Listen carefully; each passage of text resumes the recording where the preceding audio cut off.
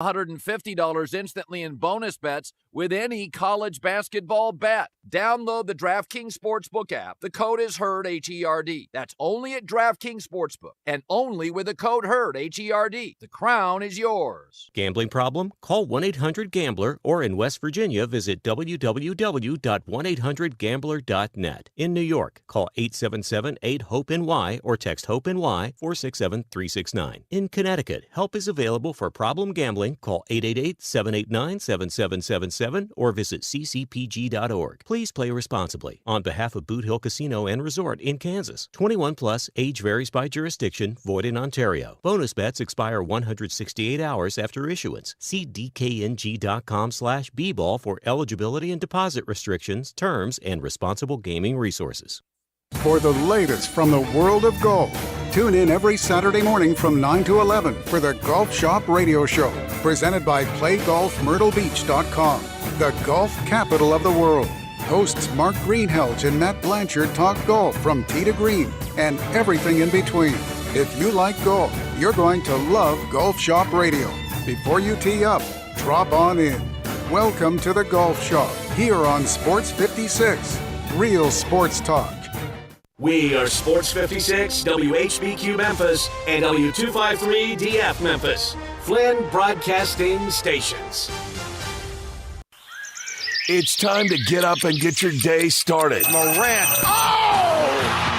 A jawbreaker! It's Sports 56 Mornings with Greg Gaston and Eli Savoy on Sports 56 and 98.5 FM. The first hour of Sports 56 Mornings is brought to you by East Memphis Ace Hardware at the corner of White Station and Quince. Now, here are your hosts, Greg and Eli. They get up every morning from the long clocks, morning, take the 8:15 into the I don't know about you, but this week felt like it just zoomed on by. It is Friday, the weekend just about upon us. We welcome you in to Sports 56 Mornings on this Friday, March 29th, 2024. Greg Gaston, Eli Savoy, and Zach Boyd with you inside the Family Leisure Studios.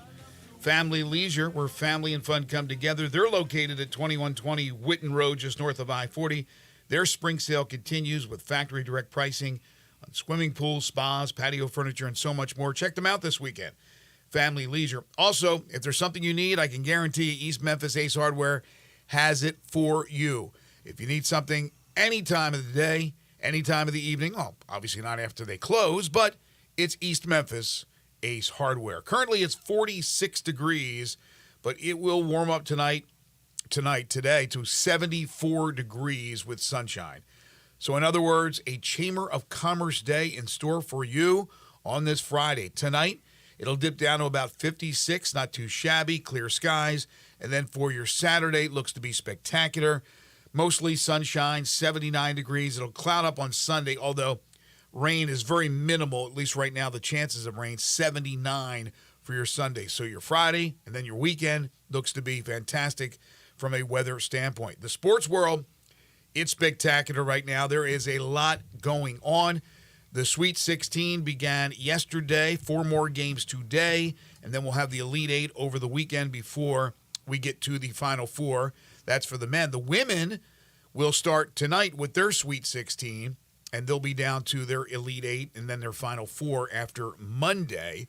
So we're getting down to the nitty-gritty in college basketball. We will talk about yesterday's games, preview today's games. Major League Baseball season underway. We had some good storylines on opening day yesterday. Other teams that did not open yesterday. A couple of teams had their games postponed. A couple of National League, or not National League, but Northeastern teams, as there was a lot of rain yesterday in the Northeast. So that will happen today. But some good storylines from yesterday. The Redbirds open up their season, and they open it up at home at AutoZone Park. Their 25th season as the Redbirds in Memphis. So it's a monumental year for them. We will talk with their skipper, Ben Johnson, coming up at 8:25. We got NBA, just a few games from last night, but one of them was a doozy. The Grizzlies will be back in action tomorrow night when they'll play in Orlando. We got some college football news to get to.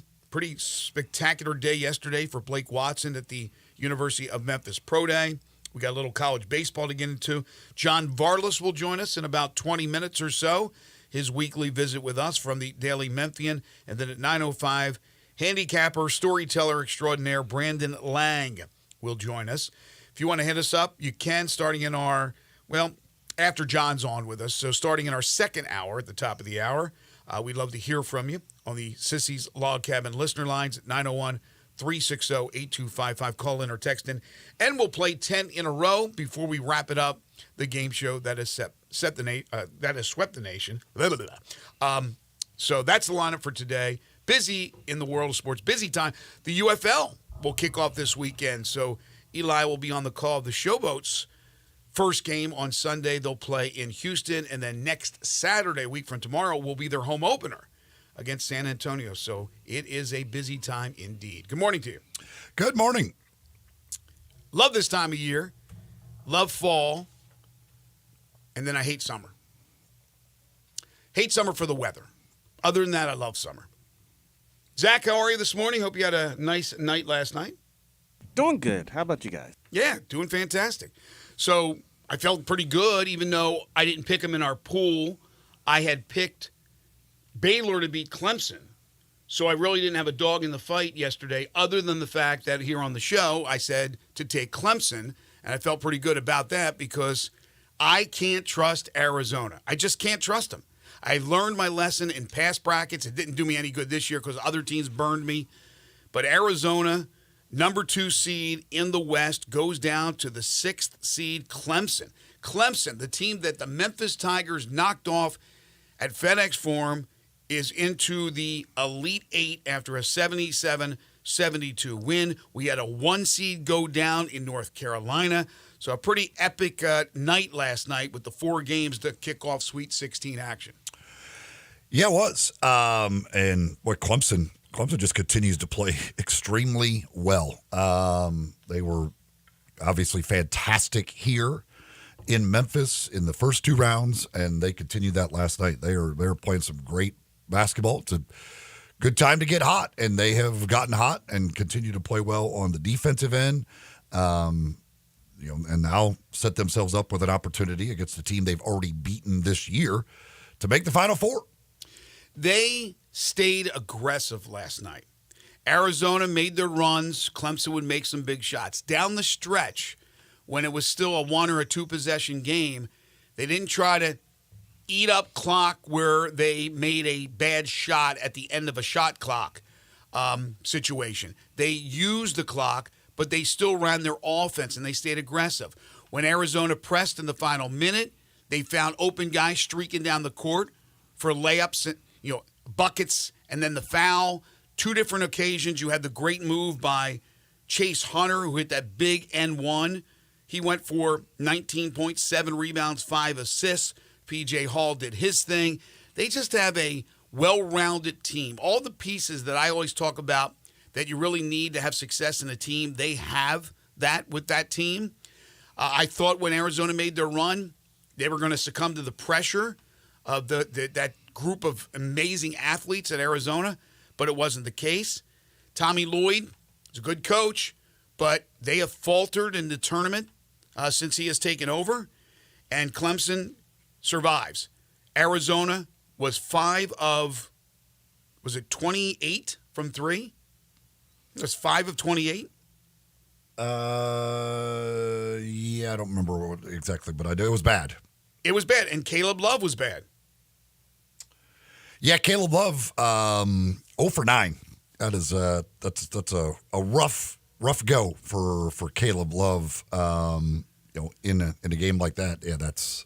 But overall team wise, did not shoot it well, but certainly an 0 for 9 for him. That's a tough one. Yeah, pretty amazing when you look at the fact that Caleb Love went 0 for 9 from 3, and R.J. Davis for North Carolina went 0 for 9 from 3. 2 of the best players in the tournament, not even in the Sweet 16, in the tournament, and they both could not come through for their teams as Clemson beats Arizona, and then North Carolina, the first number 1 seed to go down. Alabama, all the talk about the SEC and the horrible start. Well, they have at least one team in the Elite Eight. Tennessee will try to join them tonight when they play Creighton. But Alabama, the 4 seed, knocks off North Carolina, the 1 seed in the West, 89-87. Carolina was 4 of 20 as a team. R.J. Davis was 4 of 20 from the field and 0 of 9 from 3. The Crimson Tide, who play a 3-guard offense, got 56 points from those 3 guards, including Mr. Sears, who is one hell of a player. What a great win for Nate Oates in Alabama.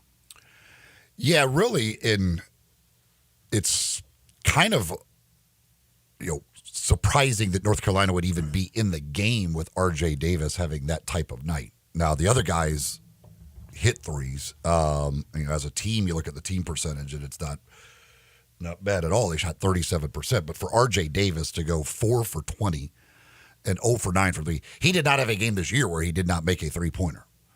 And he shoots like 39% from three-point range. So for him to go 0 for 9 is like that's just it's like a freak thing. And for them to only lose by 2 and have a chance in the final minute, because if you'd have told them before the game that he's going to go 4 for 20 and 0 for 9, we have no chance of winning. Like, right. We're done. This game's over. Like that. I mean, he had such an incredible year, and to end up on a game like that is just. I feel for the kid. I mean, it's got to be like, what happened in this one?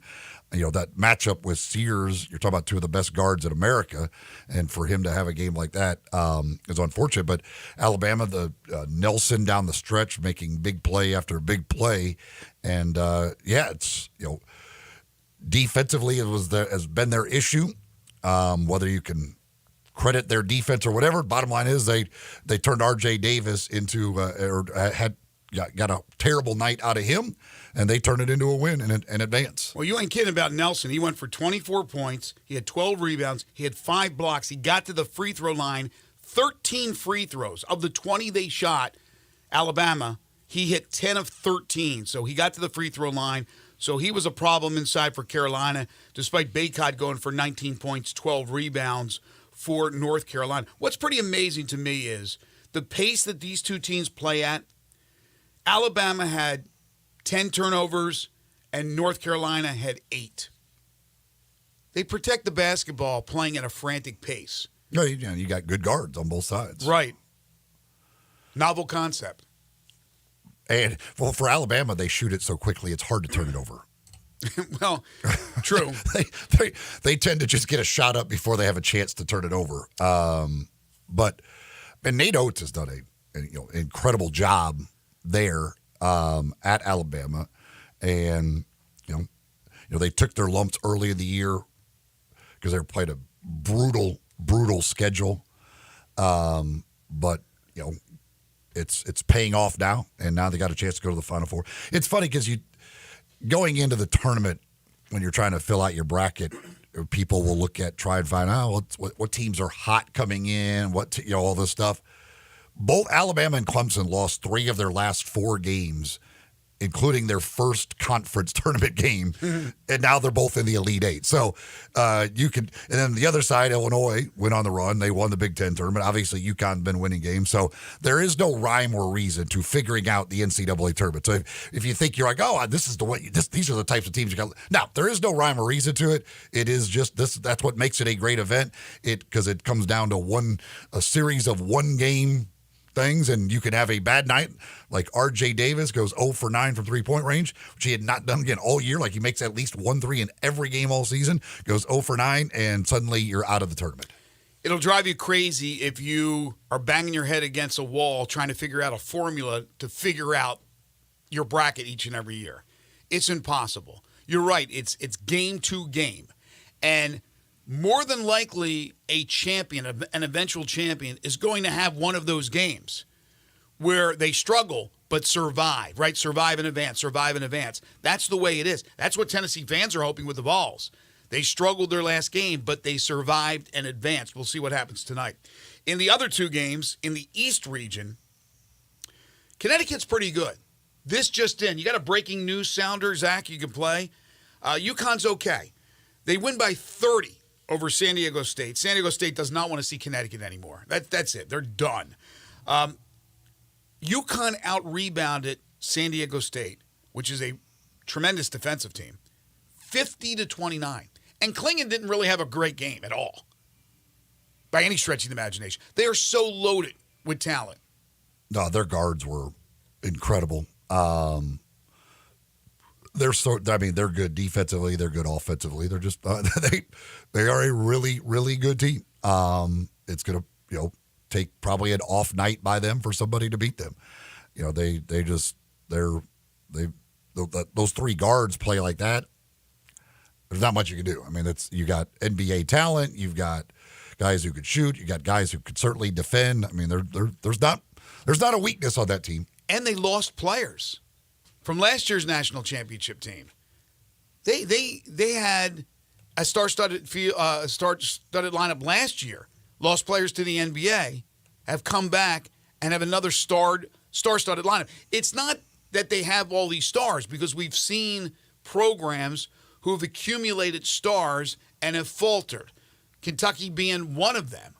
It's finding the right guys who know their role, accept their role, and adhere to that crazy coach who is an unbelievable coach, X's and O's wise. By the way, I thought that Brad Brownell for Clemson really did a great job as a bench coach in that Clemson win. Down the stretch, calling the timeouts, and then calling the plays that he did, and they came out and executed.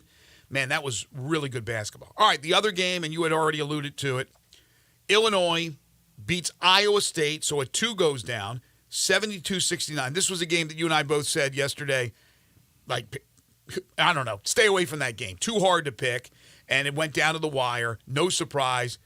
But here we go again. Terrence Shannon, he's a really, really good basketball player, but he's a problem for the NCAA. He's an awesome basketball player. That dude he is a scoring machine. Look how aggressive he plays, right? Gosh. Iowa State is a top 2 defensive team in America, and they can't stop him either. He's literally, every time he steps on the court, he's a threat to go for 30, 40, whatever. He's an incredible offensive basketball player. 29 points, 5 rebounds, couple of assists, 3 steals, hit 4 of 10 from 3. What are his prospects as far as the NBA is concerned with the baggage he comes with? Well, first, I guess he's got to be got to avoid jail. That would be important. And then he can work from work release. Can he get work release to go to the games? But yeah, I mean, dude, the guy he could just flat out score. I mean, in the Big Ten tournament, he was crazy, and then he just continued.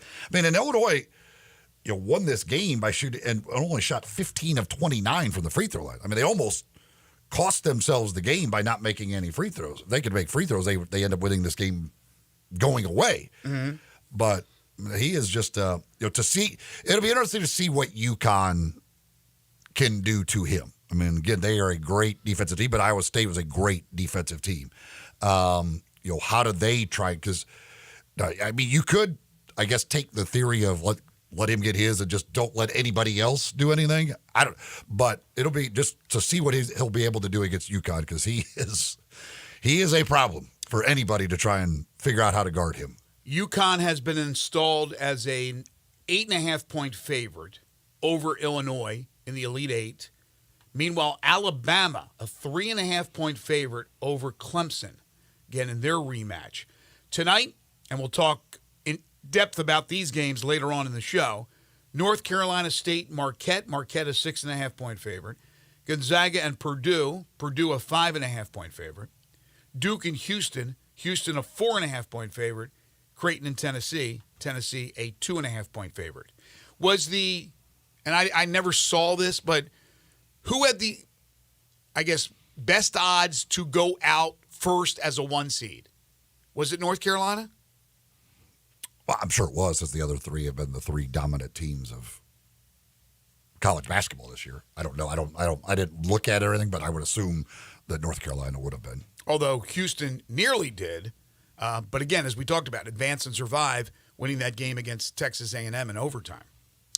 Folks, it's Chevy truck season. All the Silverados you want are in Olive Branch at All-Star Chevrolet. Come get a new Silverado with financing down to 0.09. That's 0.09 for that beautiful Silverado, because your good credit deserves it. Now, you may be looking at some other Chevrolets. How about the Trailblazer? How about the Equinox? 1.9% financing and no payments for 90 days. Where are you heading this summer? Where are you going to be driving around? What are you going to be driving in, more importantly? Military, teachers, college students, healthcare workers, you get an extra $500 bonus when you purchase a vehicle from All-Star Chevrolet in Olive Branch. You want pre-owned? They have them for you. Jeeps, Ram trucks, Yukon Denali's, the Traverse with that third-row seating. If you walk around the lot at All-Star Chevrolet, the numerous vehicles, the options galore, and you're looking for something specifically and you don't see it, just ask Kevin or Jeff or any of the other fine folks at All-Star Chevrolet in Olive Branch, and they will do their darndest to find it for you. Remember, it's not South Haven, not Mount Moriah, not Bartlett or Collierville. It has to be Olive Branch. Go to All-Star Chevy today or go to allstarautogroup.com. The thing, too, with Shannon is I think his trial's not till like August, maybe. Really? So, it'll be after the NBA draft, I'm pretty sure. So, yeah, what do you do there? You have to, I guess, put your faith in the legal system, one way or another. The idea that he's not going to at least not have to serve jail time, depending on what happens in that trial. Right. It's not really the legal system you have to put your faith in. You have to put your faith in that. Put your faith in him. That it's not true, or the allegations aren't true. It's a gamble. You talk about an ultimate gamble. Draft's always a gamble, right?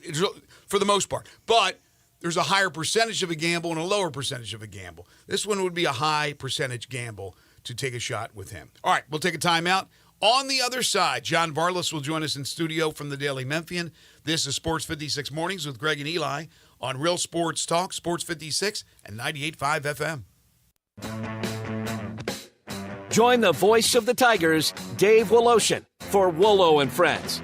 Weekday mornings from 10 to 11 here on Sports 56 and 98.5 FM.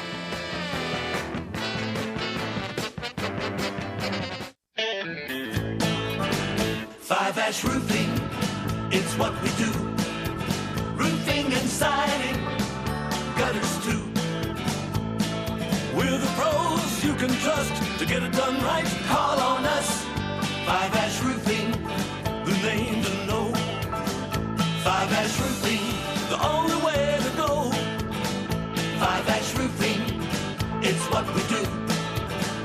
Five Ash Roofing. Is that not the corniest thing you've ever heard? Can you believe I paid good money for that silly jingle? Well, the experts say make it memorable, and I think I got my money's worth. Five Ash Roof Services, proud partner of the Memphis Tigers and the official roofer of the Tigers home team. Five Ash Roofing, 367-0050 or memphisroofer.com. 367-0050 or memphisroofer.com. Five Ash Roofing, it's what we do. We're here for you.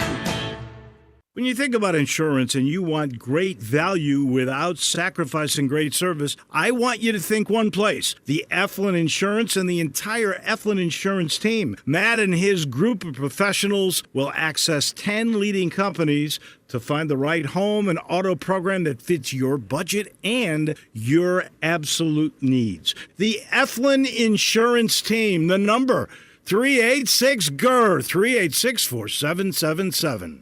Spring is in the air, and so are the savings at Choate's Air Conditioning, Heating, and Plumbing. Hi, this is Lauren Choate.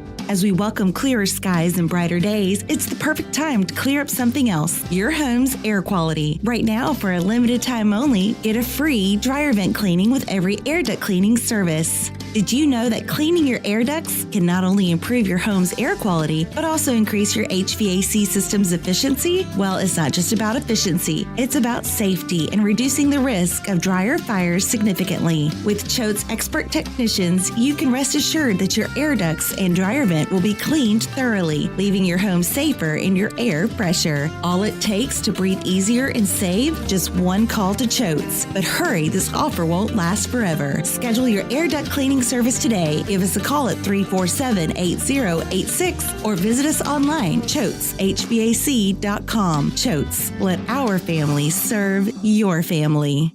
Are you aware? It's patio season. Family Leisure sure is. That's why they have factory direct pricing on swimming pools, spas, and even, yes, patio furniture. Yes, sir, it's indeed patio season. So come by Family Leisure and check out all the brand new 2024 patio furniture sets. And with patio season here, you know that pool season will be here before you even know it. So buy now to get in line for your pool installation and get pre-season pricing. Plus, you could save $1,000, $2,000, $3,000, even up to $5,000 on all spas and swim spas. Family Leisure has got special pricing on all in-stock saunas, theater seating, pool tables, and even outdoor kitchens. I love it when it's patio season because of all the fantastic deals that Family Leisure makes available just for you. Family Leisure, Whitten Road at I-40, where family and fun come together.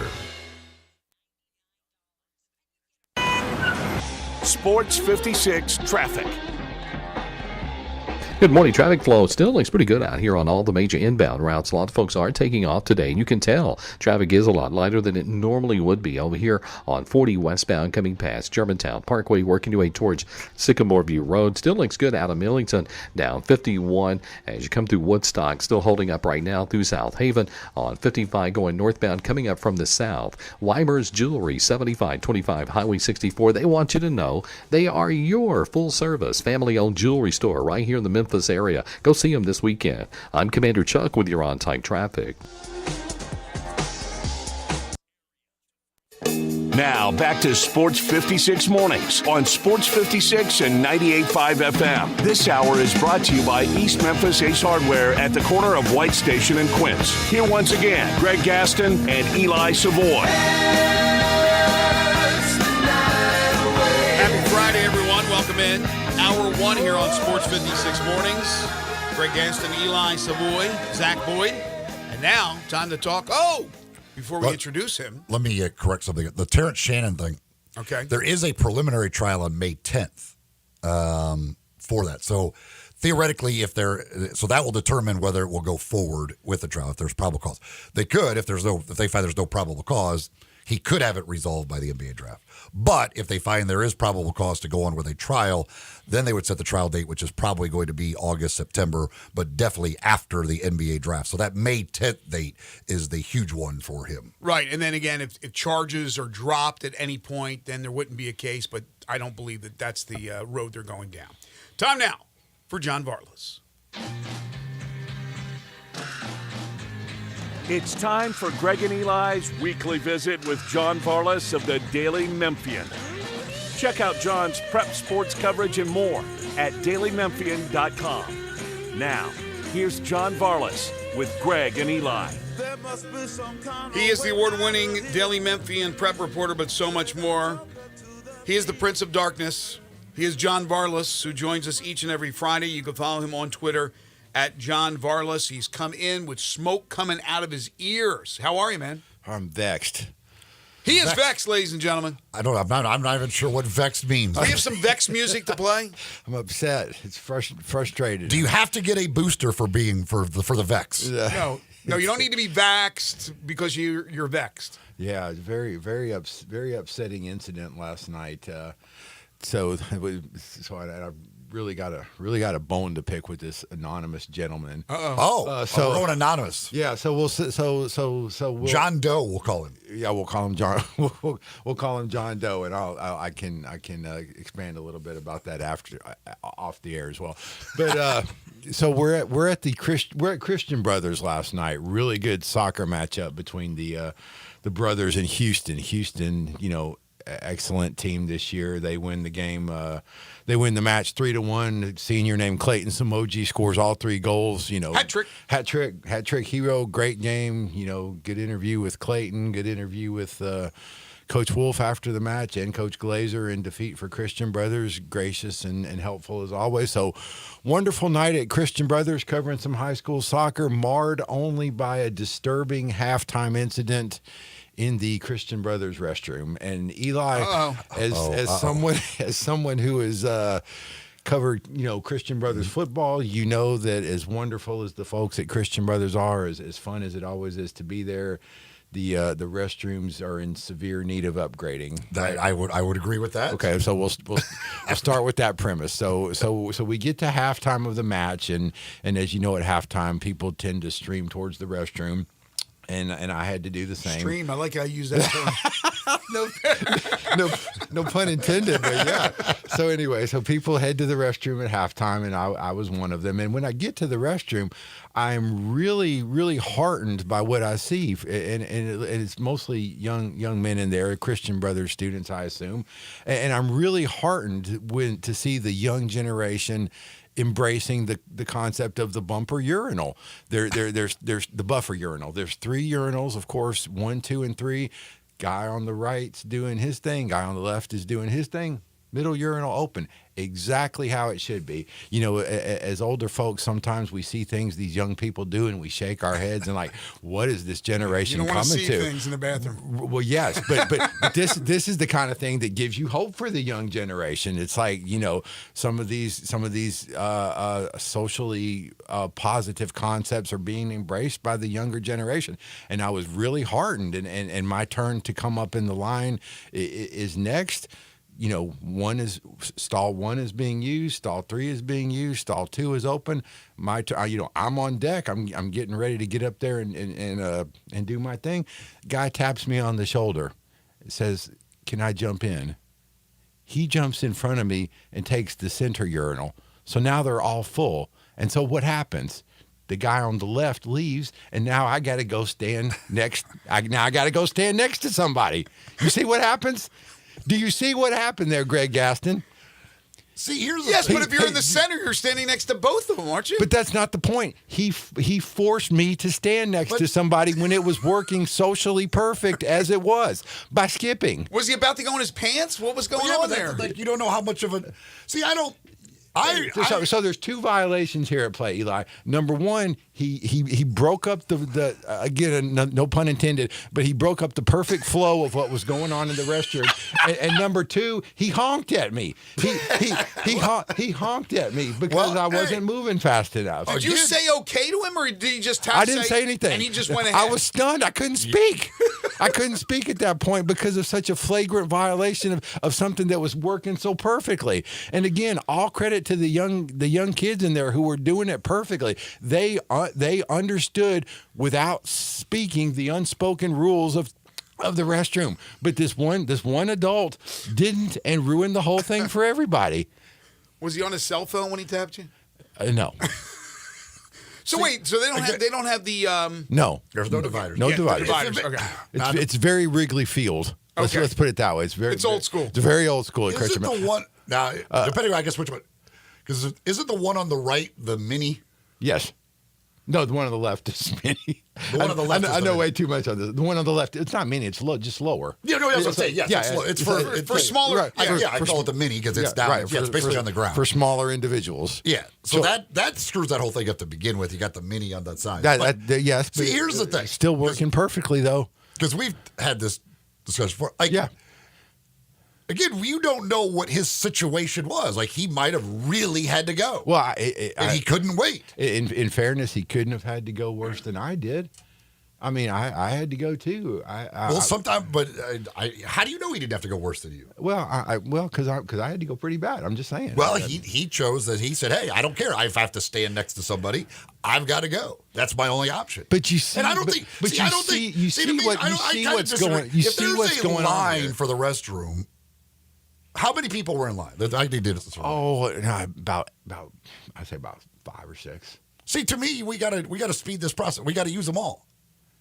We can't leave it. We can't leave one empty. We got a line. We're moving people. We got a conveyor belt here. We got to get things going. So you're a person that will flagrantly violate social norms that are working perfectly just for your own selfishness.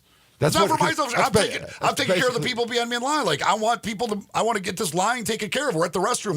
Let's move along. I don't want to make people spend extra time standing in the restroom. Let's move this along. Get this done. Get our business done and get back out of there. Get back out there for the game. Right, but the priority of the line was to keep everybody comfortable with use of the buffer. But they were all occupied, urinal. right? No, they weren't. I mean, so nobody was in the middle originally when you were in line. Right, everything was working perfectly like it should. That's what I'm saying. There wouldn't even have been a line if people would have been using the middle one and moving things along.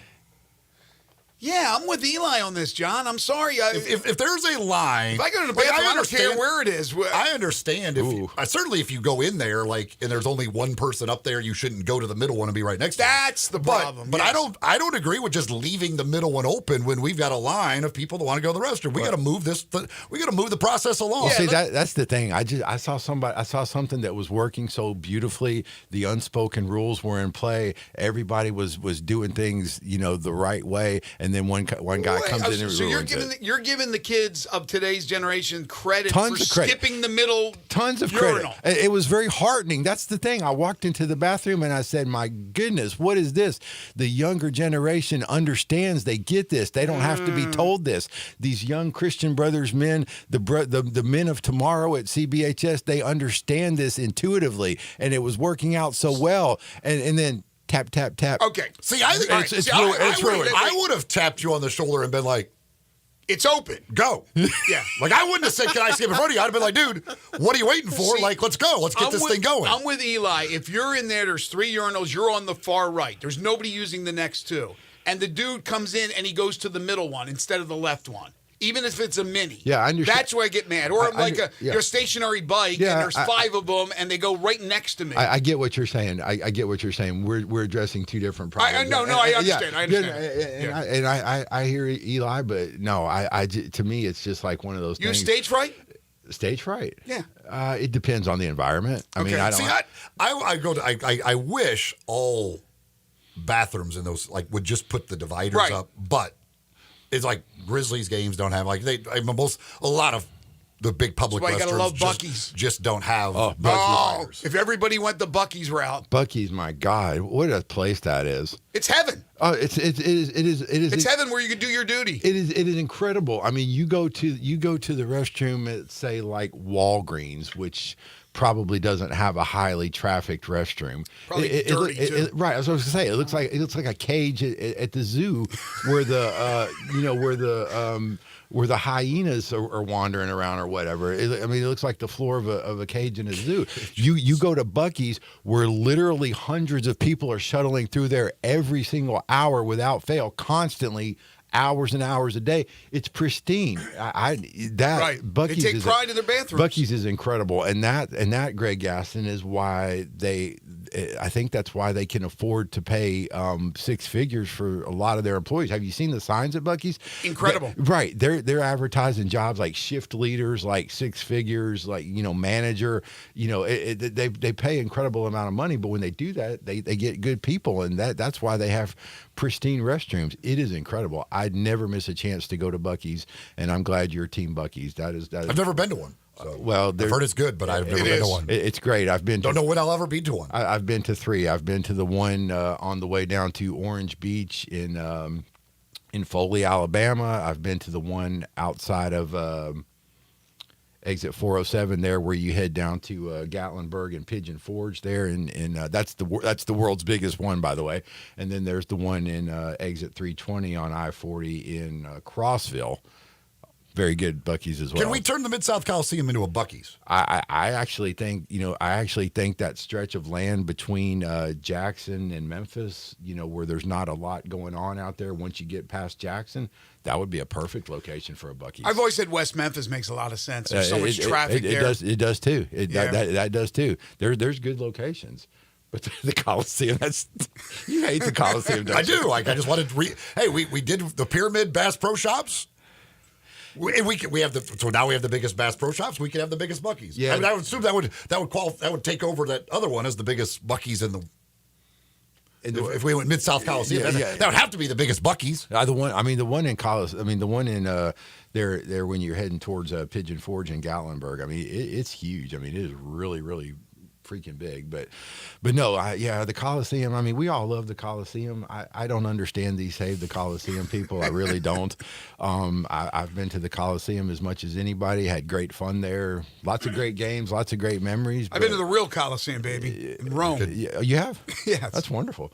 So I Do they have no Buc-ee's. Do they have a Buc-ee's there? You beat me to it, man. There's no Buc-ee's. Buc-ee's. No place to go to the bathroom. Where did Buc-ee's start? Like where? Texas? Texas. Yeah. Okay, so Where most things start. I've never seen a Buc-ee's. Yeah, that I know of. Like I don't know. I guess maybe I've been. There's one down in the Birmingham and, area now. There's one in Leeds, Alabama, which coincidentally is the hometown of Charles Barkley.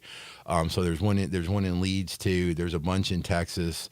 There's the two in Tennessee that I just named. I've been to one in Texas. Isn't there one around Birmingham, or is that Leeds? It could be Leeds. I've not been to that one. Okay, maybe it's in between. Yeah, one of my coworkers, she was just down there at that one, and I was so jealous of her. So yeah, Buc-ee's is a lot of fun, man. It's a great way to spend. I don't know. It's a great 10 minutes. You can spend 30 minutes easy. Sure. I mean, the food is good. Have you been? It is good food. Have you ever been to Boomland? I've been to Boomland. The fireworks store? Yes. It's much more than a fireworks store. Yeah, I've seen it. I've never been inside. Okay. Is Buc-ee's better than Boomland? Way better. Way better. Not even close. Why? When I grew up, it was Stuckey's. Remember Stuckey's? There used to be one on 40 here when I first moved here. Sure is. Stuckey's. Boomland is, it's fireworks oriented, but they got other stuff like you said. They got a million of it. Fireworks is a small part of Boomland. No, I understand. I can't describe the breakfast sandwich is the greatest breakfast sandwich I've ever had. Yeah, better than any restaurant. It's really good food. They have the hot piping, like the eggs coming off the. Oh my God, the croissant. And here's another thing. I mean, you go to a grocery store nowadays. I mean, chances are, if you find everything you're looking for, I mean, you feel like Tom Brady that just won his 7th Super Bowl, man. You want to celebrate and just go nuts when you nowadays going to the grocery store because it's so hard to find everything. You go to Buc-ee's, again, there's hundreds and thousands of people streaming through there constantly, but the shelves are always full. Don't they have like 50 different kinds of beef jerky? They got tons of different jerky. They've got tons of different sweets. They've got candy, fudge, pastries. It's huge, Eli. I mean, they got sandwiches, and then barbecue sandwiches. How many of the gas pumps? They got like 200 different gas bays. I mean, it's an individual bathroom. Like you have your individual stall with your own where you wash your hands, hand where sanitizer. all the stuff is right there inside your little. And it's I swear to God, Eli, it's pristine. I mean, and again, there's people just flowing through that thing constantly. It's ostensibly it's just a gas station, a rest stop like Pilot, but it's on steroids. So they've taken the thing and they've just blown it up times 1,000, and it's our bodily fluid segment brought to you by Buc-ee's. When I drive home to Illinois, it's a 100% thing. I'm going to stop at Boomland that is on just there in Missouri, right before you get into Illinois, and it's amazing because I'll spend like 30 minutes there because I'll walk around like they have. I mean, they have probably 500 different hot sauces. Yeah, well, this is a similar thing. There's a separate section where you can. It's basically like a Walmart or a Target. So you can buy sweatshirts, you can buy coolers, you can buy electronics. I hope they're going to pay us. You can buy plates. What a commercial we've done for them. It's great. I want you to go so you can make the comparison, but I think you'll like Buc-ee's better. Yeah. All right. When we come back, we'll make the segue to actual sports. We'll find out what's going on in the prep world here in Memphis. Frankly, I think that was better than any actual sports. It was good stuff. Somebody says that there's no diesel, so it's not a truck stop. It is just a gas station. Which one, Buc-ee's? Yeah. I think that's great. Yeah. You get the trucks out of there. You don't have to deal with the trucks. Yeah. Why are you discriminating against trucks? Well, I like the truckers. You just said you wanted to get rid of them. You're like, good. We don't have those guys around. No, not but I love them. No, not the truck. Just get them out. No, the trucks, not the truckers, not the people driving the trucks. I love them. I'm talking about the trucks themselves. They take up a lot of space. But again, maybe it wouldn't work out for West Memphis because West Memphis is like the queen city of trucks or something. So maybe they wouldn't want a Buc-ee's there because they don't have the diesel. I don't know. I mean, I think that space between Jackson and Nashville is just crying for one. I mean, there's lots of open space there. You know, I mean, right. That's not a bad. That's not bad. Anything along I-40 is good because there's a lot of traffic on I-40 at all times. So anywhere along I-40 is probably a good spot for them. But yeah, there is a lot of open space. There's the what's the town where is it the Loretta Lynn? Oh yes, yeah. That I don't know what the town is called. I'm not sure. I can't remember. Right outside of Nashville, obviously. Yeah, it's like exit. Where's that? You've driven that thing. You've had to drive that. What was it, Loretta Lynn's like kitchen or? I mean, it's her house, it's but a million different times. I think it's a museum. Yeah, but don't they also have like a restaurant? Oh yeah, something. Loretta Lynn's kitchen. Yeah. East Coast Wings and Grill. I was there yesterday watching some baseball, watching some NCAA tournament action as well. They've got it all on for you. They had all the different baseball games on. Of course, the tournament games as well, while people enjoying great food, great drinks, just having a good time. And again, we got another big day today with baseball action, tournament action all weekend long. You're going to have tournament action going on, baseball in the UFL getting underway as well. That's all happening over at East Coast Wings and Grill. They'll have it all on the TVs there, and you can enjoy some great wings, 60 different flavors to choose from, plus 24 draft beers on tap. It's just a great place to go enjoy great food, great drinks, and a great atmosphere while watching all of the different sports action going on. East Coast Wings and Grill, located on Kate Hyde Boulevard. It runs right between Lowe's and Walmart in Bartlett off of Highway 64. Check them out for great food, great drinks, and just a great time. East Coast Wings and Grill. More with John Varlas when we return. This is Sports 56 Mornings with Greg and Eli on Real Sports Talk, Sports 56 and 98.5 FM. Broadcasting from the Family Leisure Studio, we are Sports 56 and 98.5 FM. Uncorked flavor, Corky's Barbecue. Hi, this is Jimmy Stovall with Corky's Barbecue. We have been serving up our legendary barbecue for more than 39 years, right here in Memphis, Tennessee. Whether you're dining in, picking up in our drive-thru, or serving our famous barbecue at your office or home, with Corky's Party Pack, you are the hit of the party. Barbecue pulled pork, baked beans, coleslaw, barbecue sauce, and buns, starting at only $8.49 per person. And as you know, we send plenty of food. You never have to worry about running out with Corky. Uncorked flavor, Corky's Barbecue. Hi, this is Jimmy Stovall with Corky's Barbecue. We have been serving up our legendary barbecue for more than 39 years, right here in Memphis, Tennessee. Whether you're dining in, picking up in our drive-thru, or serving our famous barbecue at your office or home, with Corky's Party Pack, you are the hit of the party. Barbecue pulled pork, baked beans, coleslaw, barbecue sauce, and buns, starting at only $8.49 per person. And as you know, we send plenty of food. You never have to worry about running out with Corky. Chris Price, it's so good to see you. And you have a new business? Yes, Dave. MetroBuildersMemphis.com. Have you noticed water stains on your ceiling? With storm season here, take a walk around your home or business and look up. Make sure there are no water stains signaling a leak prior to the heavy storms coming in. If you do see signs of water, call me. My team and I will come out, diagnose the problem, and prescribe a fix. Our team of Hague-certified inspectors are waiting to assist with any inspection or repairs you may need. We have 3 crews dedicated to repairing roofs in the Mid-South. As certified Owens Corning and Mule High dealers, we offer 20-year, no-dollar limit labor and material warranties that offer hassle-free ownership. That's our hassle-free ownership guarantee. Allow Metro Builders team of professionals to assist you in maintaining your property's integrity and value. MetroBuildersMemphis.com. Your local commercial roof experts. Ask about our commercial roof maintenance agreements. Protect your investment with MetroBuildersMemphis.com. Call me, 901-375-1717. That's 901-375-1717. 375-1717. Spring is around the corner. That means the sounds of air conditioners cranking up will be in the air soon.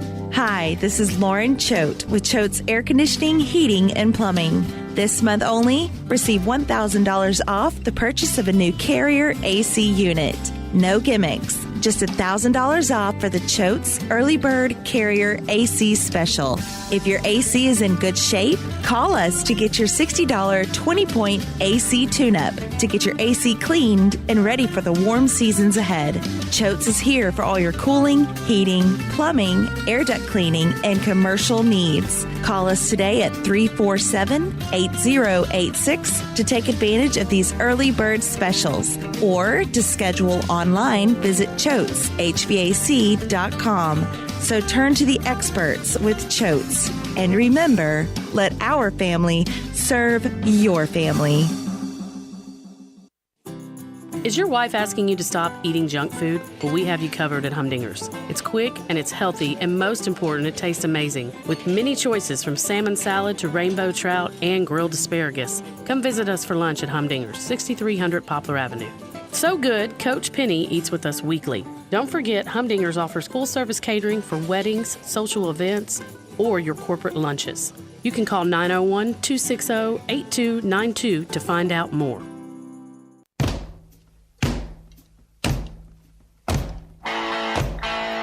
Now back to Sports 56 Mornings on Sports 56 and 98.5 FM. This hour is brought to you by East Memphis Ace Hardware at the corner of White Station and Quince. Here once again are Greg Gaston and Eli Savoy. Welcome back, everybody. Happy Friday. So, John, Marquette and North Carolina State play today to open up the Friday version of the Sweet 16. 4 teams already have made it to the Elite 8, but I bring up that because Marquette has Cam Jones.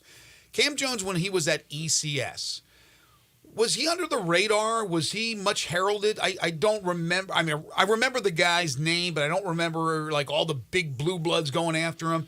How did he end up at Marquette, and what was it like for him here? He was very good. He was Mr. Basketball. So he was a really good player. A lot like I would say like Cameron Payne, though. He was good in high school, but he's kind of taken it up a notch or two since he's gotten to college. If you'd have told me, when Cam Jones was in high school, that he would have been a big time scorer at Marquette and leading Marquette to NCAA tournaments and all conference and that kind of type of player, I wouldn't have believed it. I wouldn't have thought it. But that's the thing. You get into these programs where with a coach that will develop your game and maximize what you do best, and that's the thing. You get a Cam Jones, you get a Cameron Payne, and that's what happens to a lot of these guys. It's so much. It's not necessarily the name of the school that you pick, but it's the fit. And if you get that right fit, which Cam Jones obviously has at Marquette, you can do something. Yeah, he's a tremendous player. I saw a mock draft the other day that actually, had him in that too. I mean, first or second?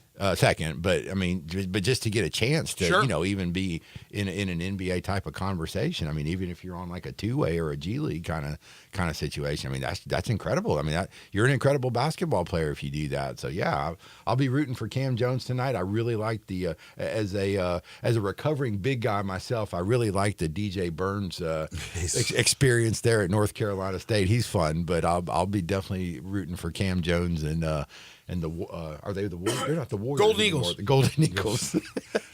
Rooting for the Golden Eagles tonight. Do we have any Camerons coming out of Memphis high school basketball here? Good track record. It's the Camerons that develop at the college level. Well, there's a really good Cameron over at Whitehaven, Cameron Brown. See, there we go. If I'm a college, I'm taking him. He's gonna get better. He's so good. They've already got a park named after him.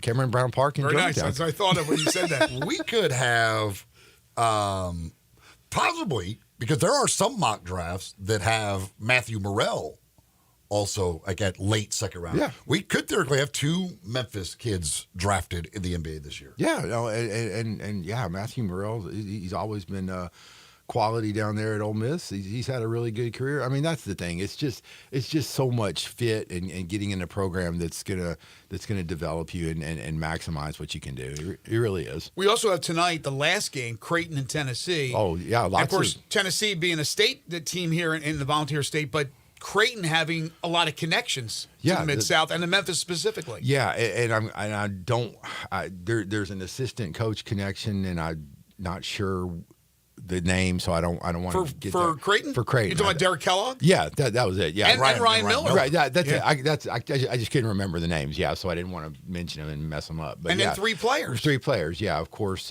Mason Miller. I think he sees the most action for Creighton. Long, athletic kid. Mike Miller's son, obviously. Can score. Of course, Jonathan Lawson, the fourth of the Lawson brothers.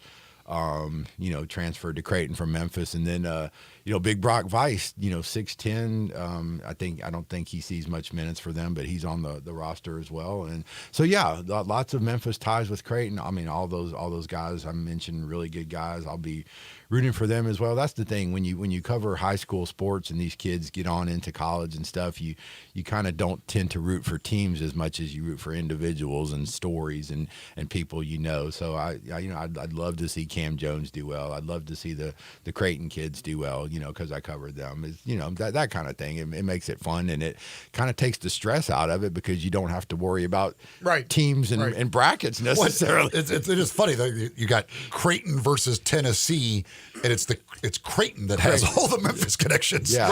Not Tennessee. There's nothing on Tennessee. Yeah, and it's weird too, Eli. I mean, outside of and I'm sure there's names that people will text in and throw at me, but outside of Tony Harris, and that was even like 30 years ago. But has Tennessee really recruited Memphis heavily? Oh yeah, well, our buddy. Well, yeah, Dane Bradshaw. Dane Bradshaw. I mean, he wasn't technically here at the time, but Kennedy Chandler. Yeah. Okay, that's right. Yeah. You had. So there's been a few. There's been others. Wasn't there another one? When Chandler was there? Wasn't there another?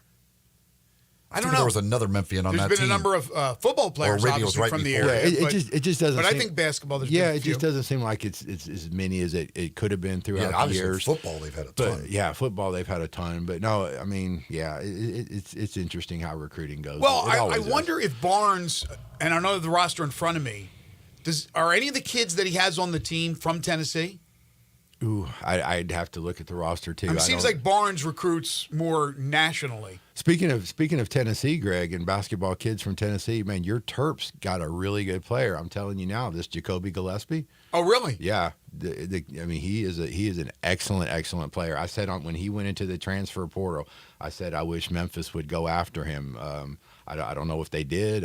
But he's at Maryland now, and he is a really darn good basketball player. You will like Jacoby Gillespie. He's from Greenville, Tennessee. Really good player, man. It's interesting. They bring in a Tennessean, and they let a Tennessean basically walk. Well, Noah Batchelor decided to hit the portal, but because he wasn't getting the playing time at Maryland, after first originally announcing that he was going to Memphis and then ended up going to Maryland. All right, so we got a few minutes. What's going on this weekend and coming up next week in preps around here? Not a whole lot this weekend because of Easter and Good Friday. Oh, that's right, yeah. Yeah, baseball, spring sports going hot and heavy, baseball, softball, tennis, track, soccer, of course. I mentioned that at the top of the show and then segued off into other things. But I saw some really good baseball the other night, Greg, with St. George's. Real interesting story brewing at St. George's. So they're starting the 9 players they put out there the other night against ECS. They started 1 senior, they started 7 sophomores and a freshman, and they just hammered ECS Tuesday night. And they've been hammering a lot of people. They're a really, really good team. I think this team has tremendous potential to possibly win a state title. If not this year, then maybe by the time these guys are seniors. But they're really good, and to have a group where everybody is just so talented and so young, and know that if nobody transfers or decides to quit the sport or whatever, you'll have this whole group intact for a couple of years. It's really exciting times over there at St. George's baseball. So I'm excited about them. The Houston Track Classic will be coming up April 12th and 13th. That's always big. Just always lots of stuff going on. And, I'll be excited when 901 FC gets back home too and get back to covering them as well. We'll be playing catch up with those guys. But, it's always. Will that be next weekend? I don't have the schedule in front of me. Because I know they play away tomorrow. They're in Sacramento tomorrow, 1-1, trying to get back on track after losing their last game. They took a break for international duty, and so see if they can get back on track. But no, it's just a busy time. But as always, the highlight is being with you gentlemen and letting me. That's very nice of you. And letting me expound on the things that vex me. Yes, thank you, John. That's we're going to agree to disagree on your premise, but we agree to disagree on a lot of things, but that doesn't mean we still can't be friends. Have a great Easter weekend. We'll talk to you next Friday. You too, guys. Have a great one. Thank you, John. Make sure to follow John on Twitter at John Barlas and read all his stuff at the Daily Menthia. This time of our program is brought to you by East Memphis Ace Hardware. Get on over to East Memphis Ace Hardware. If any projects you're trying to get done this weekend, you need some supplies, folks at East Memphis Ace Hardware will have those for you. They've got a great staff to help you find it as well. Of course, the weather we're going to have this weekend, great for grilling. You can get the grills over there, the Big Green Egg, the best grill there is, and the last grill you'll ever need to buy. They have it all, every egg size plus all the egg accessories. You can find those at East Memphis Ace Hardware, corner of White Station and Quince. Opening day yesterday in Major League Baseball. It will continue today with teams that did not play yesterday. We'll talk about some of the great storylines from baseball. Then at 8:25, speaking of baseball, it's Redbirds opening day. Ben Johnson, their skipper, will join us. 25th season for the Redbirds here in Memphis. You're tuned in to Sports 56 Mornings with Greg and Eli on Real Sports Talk, Sports 56 and 98.5 FM.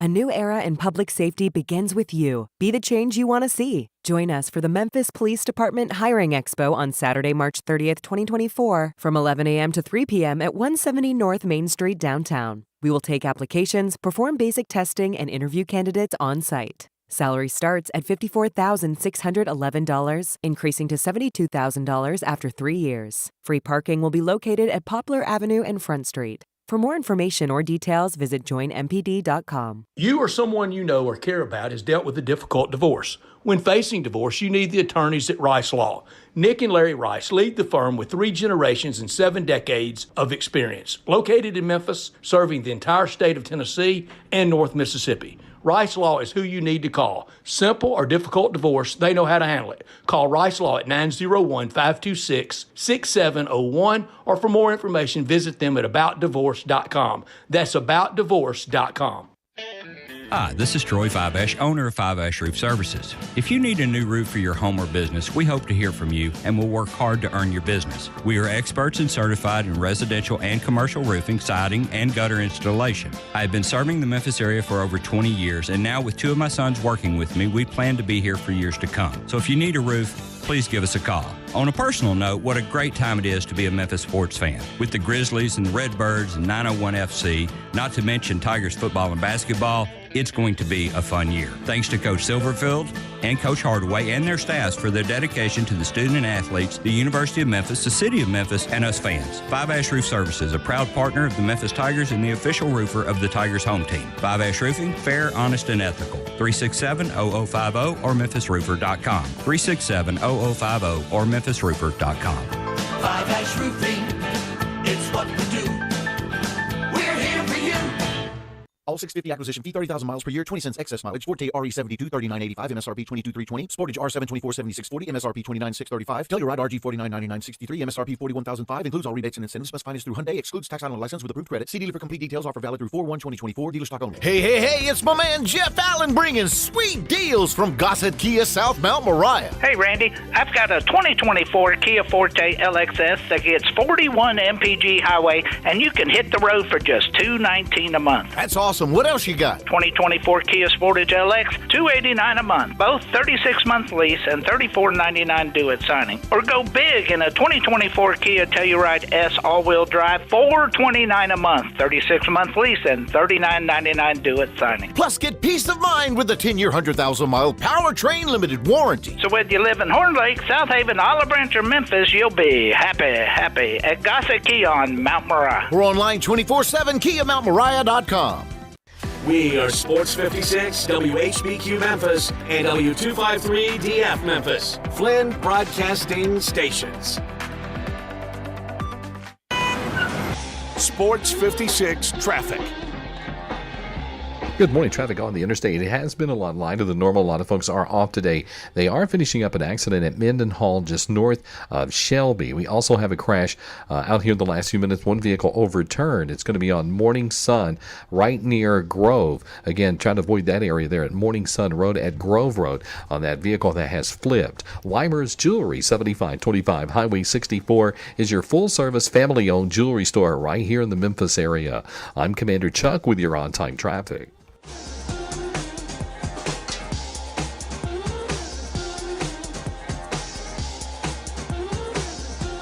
Now back to Sports 56 Mornings on Sports 56 and 98.5 FM. This hour is brought to you by James Gaddis Jewelers. Diamonds are forever. Woo! Here once again, Greg Gaston and Eli Savoy. Welcome back, everyone. 8:02 the time. Hour number 2 here on Sports 56 Mornings. The Good Friday, March 29th, 2024 edition. Greg Gaston, Eli Savoy, Zach Boyd with you from the Family Leisure Studios. Family Leisure, 2120 Whitten Road, just north of I-40. Check them out this weekend if you got some time. Currently 45 degrees, getting up to 74 today. Sunshine, should be an absolutely beautiful day. Tonight, mostly cloudy skies with the temperatures not too bad at 56 for a low. 79 tomorrow with mostly sunny, and then Sunday clouds up, but 79 degrees is the projected high as well. Second hour of the program brought to you by James Gaddis Jewelers. This weekend, or anytime's a good time to go visit the great folks at James Gaddis Jewelers. I was talking with James just a few days ago, ran into him at an event. James and all the great folks at James Gaddis Jewelers can help you pick out that special engagement ring and wedding rings, personally designed wedding sets, but any type of jewelry. Got birthdays coming up, anniversaries, graduation presents, certainly. James Gaddis Jewelers has so much to offer. Variety, of course, is what you're looking for, and they have variety. You can get something as cheap as $100 or as expensive as, $50,000, whatever you want to spend. You can at James Gaddis Jewelers, from beautiful watches, custom-made jewelry, gemstones of all types, plus bracelets and necklaces and earrings and pendants. They have one-of-a-kind estate and vintage jewelry, and they're always adding to their collection. So as I always say, you go over to James Gaddis Jewelers, go back a couple days later, you're going to find a lot of things you didn't see the first time around. James has the experts to help you with your wedding and engagement rings, plus 2 repair experts to help you with your fine watches and jewelry. You need a simple cleaning. You need a resetting. Just bring it on in there. They'll take care of that for you. Layaway and financing is available. They'll buy your diamonds, gold, and silver, give you top dollar for that. They'll appraise anything you need appraising. It's James Gaddis Jewelers in the heart of East Memphis. They are your family's jeweler, 4900 Poplar between Mendenhall and St. Nick, on the web at gaddisjewelers.com. I think Jarnell Stokes was the one that was in my head. I was thinking of a Memphian, and now he wasn't. I was thinking in my head it was closer to Kennedy Chandler than what he was. But I think I believe Kennedy Chandler is the only one from Memphis that Rick Barnes has had at Tennessee. I don't think he's ever had any other Memphis player while he was there. Now, Barnes has a problem with Memphis. He doesn't like Memphis. Did you look at the roster, by the way? I was just curious if he has any Tennesseans on the roster. He has one? Yeah, there's one kid. He doesn't play very much.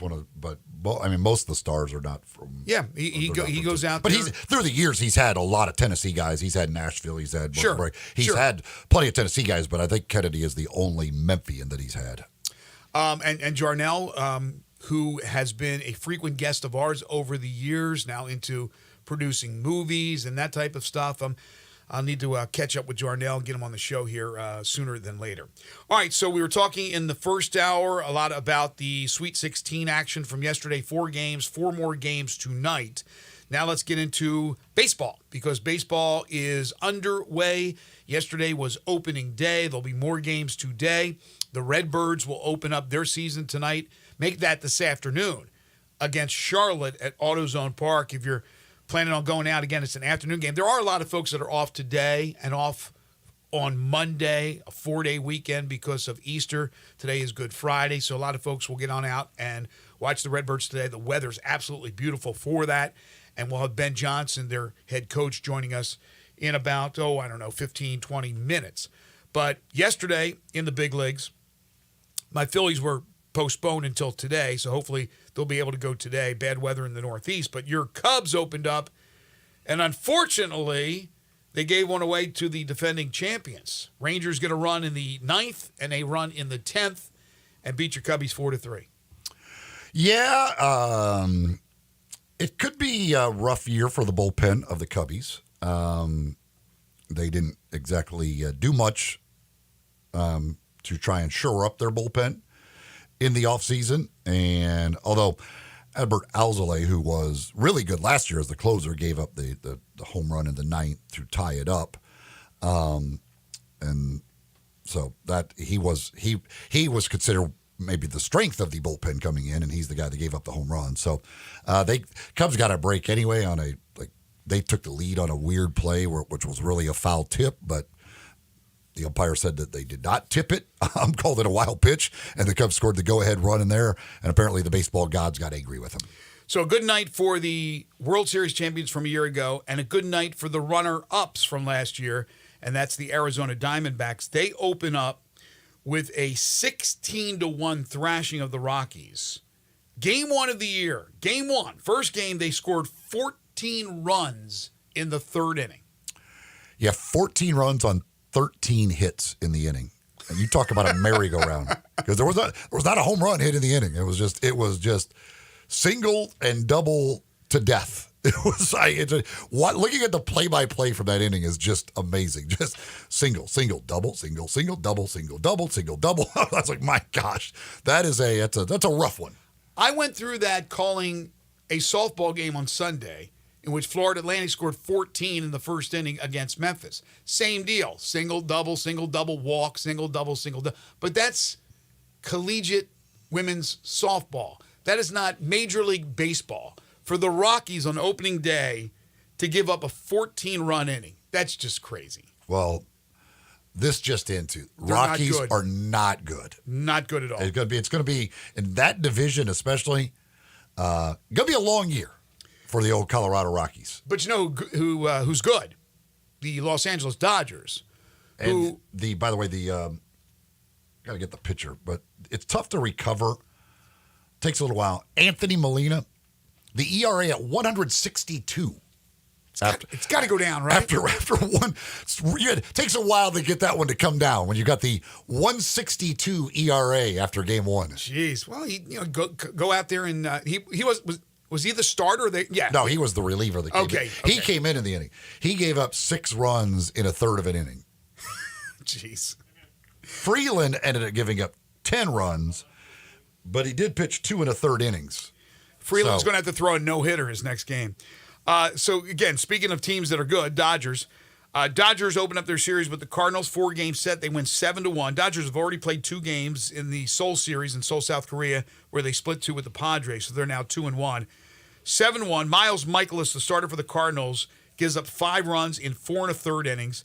Freddie Freeman, my pick for NL MVP, and Mookie Betts, your pick for NL MVP, both homered in the game. I just don't know about this Cardinals team. With Sonny Gray out, Sonny Gray, I guess, would have been the opening day starter. Yes. Michaelis, your opening day starter. You can't you can't feel really confident, to be honest with you. Even the acquisitions they made, at least they went out and they addressed the problem. But I'm not enamored with the former Cardinal who's back, Lance Lynn, or Kyle Gibson. But Michaelis touched up by a very good team, obviously, the Dodgers 7-1. They are on the schedule for today, right? Sometimes they have the day off early in the season. Yeah, they'll play tonight. 9-10 start tonight with the Dodgers and the Cardinals, as the Cardinals will try to get their first win of the season. Zach Thompson will go up against Bobby Miller for the Dodgers tonight. The Yankees were down 4-0 to the Astros on the road. They rally, they win 5-4. Yeah, and Juan Soto doing it with his arm. Throwing out a guy at the plate in the 9th inning to preserve the lead and the win for the Yankees. A few other highlights from yesterday. The Blue Jays all over the Rays in Tampa, 8-2. Speaking of 8-2, the Nats beat the Reds beat the Nats 8-2. Nick Martini with a 2-home-run game to open up the season. Man, you got to feel pretty good, man. Opening day and you hit 2 bombs. And your name's Martini. Stirred or shaken? I think yesterday that would be shaken. Pirates in 12 beat Miami 6-5. Padres over the Giants 6-4. So they improved to 2-1 on the season. Also, Cleveland last night downing the Oakland A's. The A's will lose a lot of games once again, 8-0. The Guardians, Boston over Seattle 6-4, and we mentioned Arizona knocking off Colorado 16-1. Once again today, I don't know why this 3:00 start time. All these teams.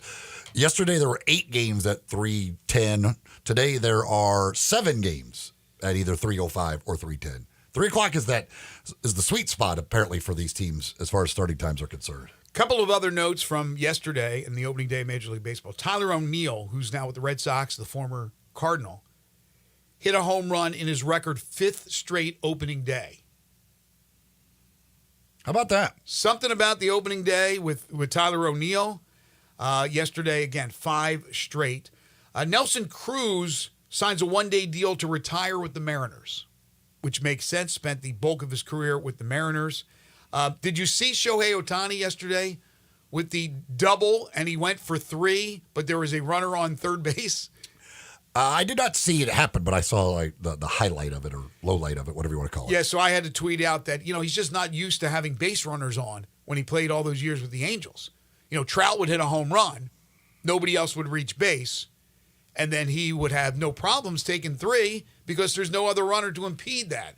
Well, yesterday and probably throughout the bulk of the season, there'll be runners on base more than likely for Ohtani. Maybe he bet on himself to have a triple. Ouch! And then Mike Trout, I mentioned Trout, homered. He's pretty good. Not counting the Soul Series, he is the first home run of the year. He hits the first home run of the year as the Angels yesterday still lost, scored 3 runs, and got bombed. And the traditional jokes about the Angels came out after that game was all said and done. Again, the Angels, a team that has puzzled me for years. And now with the loss of Ohtani, it won't be as puzzling because they're just not going to be good, plain and simple, even with Mike Trout in the lineup. So I'm looking forward to the Phillies getting their season started today, hopefully, and the Redbirds, again, getting their season started tonight, or this afternoon, rather. And we'll talk to Ben Johnson coming up at about 8:25. College baseball, University of Memphis hosting Florida Atlantic in conference play. And yesterday, a rarity, a pitcher's duel in college baseball. 2-1. The good guys, the Tigers, win the opening game of their 3-game set with the Owls. Well, theoretically, those first games of the series, the weekend series, that's when you should be able to get some pitchers' duels. Yeah, David Warren has been pitching really, really well for Matt Reiser's team. Matt's team had struggled recently, so they get a big win. We're going to have on ESPN Plus the next 2 games of the series tonight and then tomorrow at 1 o'clock, playing Thursday, Friday, Saturday because of Easter. Ole Miss, are they going Friday, Saturday, Sunday? Mm-hmm. So it's a rarity, right? Because most of the colleges are playing Thursday, Friday, Saturday, that they're not playing on Easter. Yeah, I don't know. I don't remember year to year whether if they've avoided Easter Sunday or not. But yes, they are playing Friday, Saturday, and Sunday this week. Yeah, I wonder what the reason. Next week they'll play Thursday, Friday, Saturday, but this week they're playing Friday, Saturday, Sunday. Oh, that's strange. Now, why next week? I don't. It's probably a TV thing. I don't know. Oh, okay, that's I have no idea. NBA last night, just the 2 games. It was Atlanta beating Boston, 123-122 in overtime. Now, it's the second time the Hawks have beaten the Celtics recently. They once again were without Trae Young. But DeJounte Murray was incredible. 44 points, including the game-winning jumper with 0.1 seconds to go to beat the Celtics. Murray, as I mentioned, 44 with 7 rebounds and 7 assists. You had DeAndre Hunter chipping in with 21 points and 13 rebounds. Jason Tatum, 31, 13 rebounds and 6 assists, but it was the Hawks getting the better of the Celtics. Yeah, this whole thing is it's one of the weirdest scheduling things I've seen from the NBA. The Celtics played at Atlanta Monday, and then they played at Atlanta last night. So we've seen where these teams go into cities and they'll play 2 games. But they had 2 days off in between. Atlanta actually played another game in between that. The Celtics have been in Atlanta all week. Atlanta actually played a game Wednesday night against Portland in Atlanta, while the Celtics were still there waiting to play their second game against Atlanta after they had come to town for their game on Monday. That's strange. Like it's then Monday was when they blew the 30-point lead. Atlanta comes back and beats them. Last night, of course, the game winner in overtime by DeJounte Murray. So I'm sure Boston is happy to get out of Atlanta now. Like it was a rough stay in Atlanta, but it's just a weird, I don't know why. If you had them playing 2 games at Atlanta, you had 2 days off in between, including Atlanta playing another game in between the 2 games. Yeah, there's always those scheduling quirks when it comes to Major League Baseball, NBA, not so much NFL, but certainly those sports with all those games and the use of the arena and all that. But I understand your point, absolutely. Also, last night, New Orleans beat Milwaukee 107-100. Giannis went for 35 and 14, but another losing effort by the Bucks. What I thought was really strange about this game, New Orleans scores 107 points, wins by 7. Their bench scored 2 points. You never see that. NBA, a bench scoring 2 points? There's some bad benches. Well, I don't think they have a bad bench. They just didn't have a good night. And the starters, when Zion's playing the minutes now, and they didn't have Ingram's out, and Valanciunas didn't play, I'm pretty sure. So you had guys like McCollum have big games, and certainly Zion, who's playing tremendous. We talked yesterday about Anthony Davis and being healthy and how pivotal it is for the Lakers, especially here with LeBron towards the end of his career, but still playing at a high level. Well, how about New Orleans? There's not a lot of people talking about New Orleans making a run in the postseason. They have the players certainly to do so. Speaking of the NBA, Seth Greenberg on ESPN, who's been a college basketball analyst mostly, and has done so for a long time, of course, a long time head coach before he went to ESPN. They were talking about Draymond Green. By the way, that's not true about their bench last night. New Orleans Larry Nance Jr. had 9 points off the bench. I swear to God, I saw 2 points. There was only 2 other points, but Larry Nance Jr. had 9. Okay, so I must have missed Larry Nance, excuse me. All right, so correction there. So Seth Greenberg on Draymond Green, quote, "Don't play the dude. He's absolutely killing your culture, your identity, and basically everything that you built." Okay. He was part of building that culture. Draymond Green, who I don't agree with all the antics, but Draymond Green and his style of playing basketball, which is more reminiscent, in my opinion, to a more skilled Dennis Rodman, a guy who goes in there and causes issues for the opponents and starts from a physical standpoint to try to alter a team's play and get them off their game and do all the dirty work. He was part of that culture that won these titles with, of course, Steph Curry leading the way and Klay Thompson. So he's not ruining everything they built because he helped build it. But right now, as they come to the end of that run, he's not doing anybody any favors if there's going to be this last hurrah for Golden State, which seems far-fetched right now. All he's doing is he's embarrassing himself. That's what he's doing. I don't know so much as he embarrassing the organization. He's always done this since the get-go. And they won multiple NBA titles with him doing his role or playing his role. So I understand to a certain extent what Greenberg's saying, but I disagree that he is ruining everything they built. Because, again, he was one of the contractors. Yeah, he's been a massive part. I mean, now, they lost a championship because of him when he got suspended, because I firmly believe they would have won that had he not gotten suspended. But he is as Steve Kerr always talks, like, we need him. Like, he still is a very important part of what they do. No question. And so they want him to stop doing so, but they're certainly not going to sit him down and not play him. And hell, if you were going to not play him, you would have to release him. If you were going to not play him and have him around the team, that would not go well at all. No, absolutely right.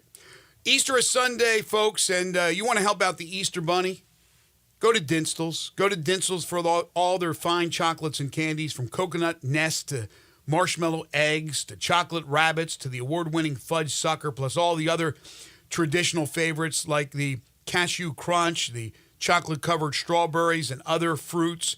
Hop on over to your favorite Dinstall's today. Select from the beautiful array of hand-packed Easter baskets to make this celebration one to cherish. They can make a basket for you. You can ship any of these great chocolates and candies anywhere around the country. So help out the Easter Bunny for Easter this Sunday by getting all those delectables from Dinstall's. They've been putting smiles on people's faces for over 122 years. Located at Laurelwood, Germantown, in Collierville, Pleasant View, and downtown Memphis, it's Dinstall's fine candies and chocolates. When we come back, we're talking Redbirds with skipper Ben Johnson. This is Sports 56 Mornings with Greg and Eli on Real Sports Talk, Sports 56 and 98.5 FM.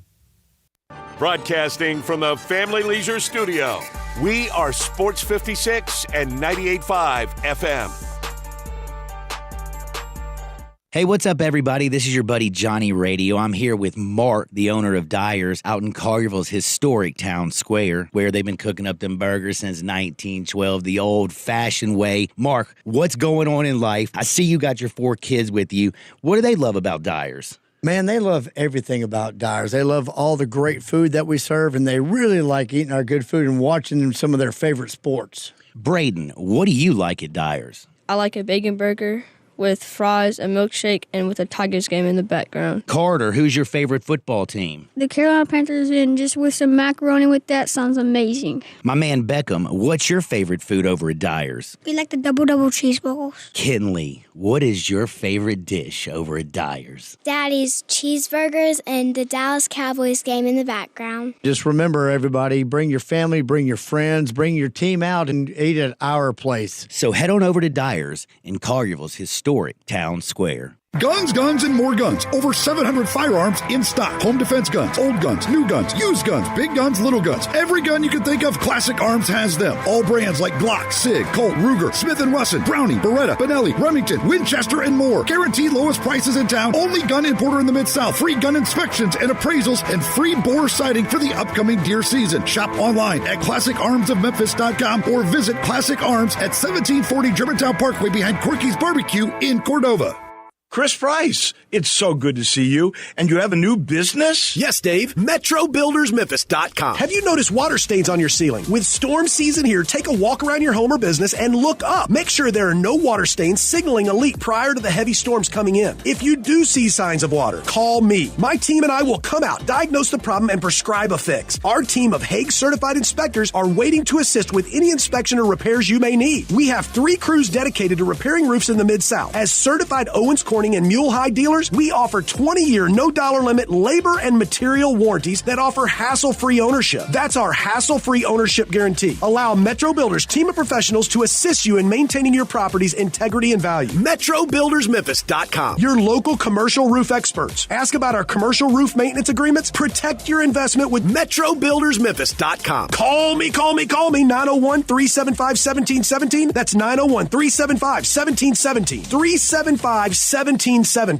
When the weather gets better, I found a new place to really soak it in. It's the patio at the Commissary in Collierville. We all love the delicious Memphis-style barbecues. You can begin your barbecue fest with some great appetizers like the cheese plate or the tamales or the barbecue nachos. Oh, those smoked chicken wings, they're terrific too. Then dig into the ribs or the barbecue shoulder. Get it chopped or pulled on a sandwich. A big sandwich, or you can get it on a plate. You've got choice, and you've got choice in places. Don't forget the Germantown Commissary as well. Comes with beans and slaw, deviled eggs they're famous for. And Brad, you can even order by the pound, a 6-pack or an 8-pack or even a 12-pack. The Boss Man salad, the chicken plate, the barbecue shrimp. There's something for everybody, and those great desserts. The best icebox lemon pie anywhere. Or my favorite, the banana pudding. Check out the patio, TVs for sports, and music on the weekends. You love the Commissary.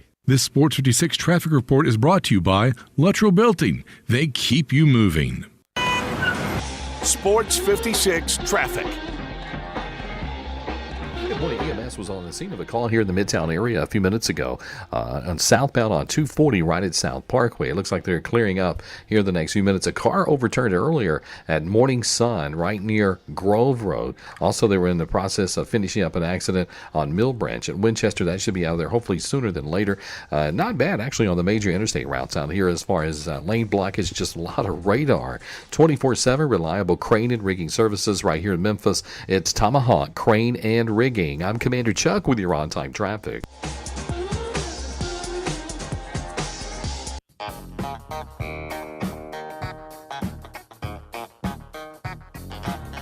Now back to Sports 56 Mornings on Sports 56 and 98.5 FM.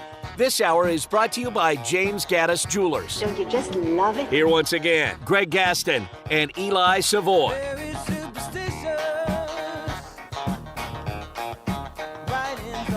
Season number 25 for the Memphis Redbirds begins today, this afternoon, 3:05 first pitch against Charlotte. And while it's not spring training weather from Florida and others who do that spring training thing in Arizona, it's certainly going to be delightful weather-wise, and we are delighted to be joined by the skipper of the Redbirds, our friend Ben Johnson, for another season. Ben, how are you? I'm doing great. I'm doing great this morning. How are you guys doing? Doing fantastic. Is it still, look, you've been around the game for a while as a player, as a skipper, as a coach. Have you lost any excitement for opening day, or are you still like a kid in a candy store? You know, it was, I was kind of playing it down to my wife last night, but as I was walking to the stadium this morning, I just got the jitters again, man, you know, so I'm excited about opening day today. There's a little bit of nervousness there, but it's more excitement. So here we are. I signed in 99 out of high school, and this is 24. So I'm still getting the jitters, man. I'm excited. I'm excited about opening day. Wow, you know what's interesting? I didn't remember the year that you had signed out of high school, out of Germantown High School, for those who don't know. Pretty much runs parallel to the existence of the Redbirds in Memphis. Yeah, it's pretty cool. I remember, being a high school kid and coming over to AutoZone Park and just being in awe of how grand and how beautiful the stadium is. And, that doesn't go away. I was just kind of taking it all in yesterday. It was a beautiful day yesterday. The team was filtering out of the ballpark, and I had a moment just to be there by myself. And, you could smell rendezvous from around the corner. It was, like I said, it was just a beautiful day, and I'm just so excited and thrilled to be back in Memphis. And you got another beautiful day today. I mean, for afternoon baseball on a perfect day like this, it doesn't get much better than that. It doesn't. And I mean, this is kind of what you dream of, you ultimately we want our guys to be in St. Louis, but when the weather is the way that it is now, and we get a chance to come together and be a club and celebrate the game of baseball, this is pretty special for a lot of us. How did everything go in Florida? It went well. This year, it seemed as if spring training just absolutely flew by. And we get there earlier and earlier and earlier. This year we were there prior to the Super Bowl and prior to Valentine's Day. So, that's something that's somewhat new to us, but it just absolutely flew by. And, we got to Memphis on Monday, and I feel like I've just been kind of trying to play catch up ever since we've been here in Memphis. How much did, with the injuries that the Cardinals have to start the year, how much did that affect the roster that you thought you were going to have here for your opener compared to what you actually end up having? Well, we anticipated having Victor Scott playing center field and leading off. So that's a direct result of injuries at the major league level affecting our club. But we're all just really thrilled for Victor because it's an opportunity for him. Mm-hmm. Dylan's is gonna get well and continue to help our big club, once he's healthy. But Victor is getting the opportunity to get a chance now and showcase the skills that he has, and he's got world-class speed. It's so fun to watch this kid on the bases. He really runs hard down the line. He can roam in center and show extended range in all directions. So it's pretty cool for us that know him and know the humble person that he is to see him get this opportunity, earlier than later. Is that the hardest thing as being a manager, a head coach, a guy who runs the show at the AAA level, and probably at the other levels as well in the minor league system, that you are dependent upon what happens with the parent team? Yes, that's just kind of the nature of it. That's the nature of it, and that's our goal is to be, the filler for our major league club. That's really our goal as an entire minor league system, is to create championship caliber players that can contribute to winning for our big club in St. Louis. It's I would say it does create challenges when it comes to creating a team building type or just a team atmosphere. But with that being said, every manager and every team in AAA is kind of dealing with the same thing. The best players on your club ultimately go to the next level for the most part. So it's just something that you've got to learn to live with here at this level and in the minor leagues period. But we welcome that. We welcome that because it creates opportunities for our players. With the roster that you do have, you've got Lucan Baker back, certainly a plenty of power that he brings for this lineup. But tell us a little bit about the roster you have and some guys for folks that they'll need to watch. Well, Lucan is back again for us with us, and I'm really excited about having Lucan.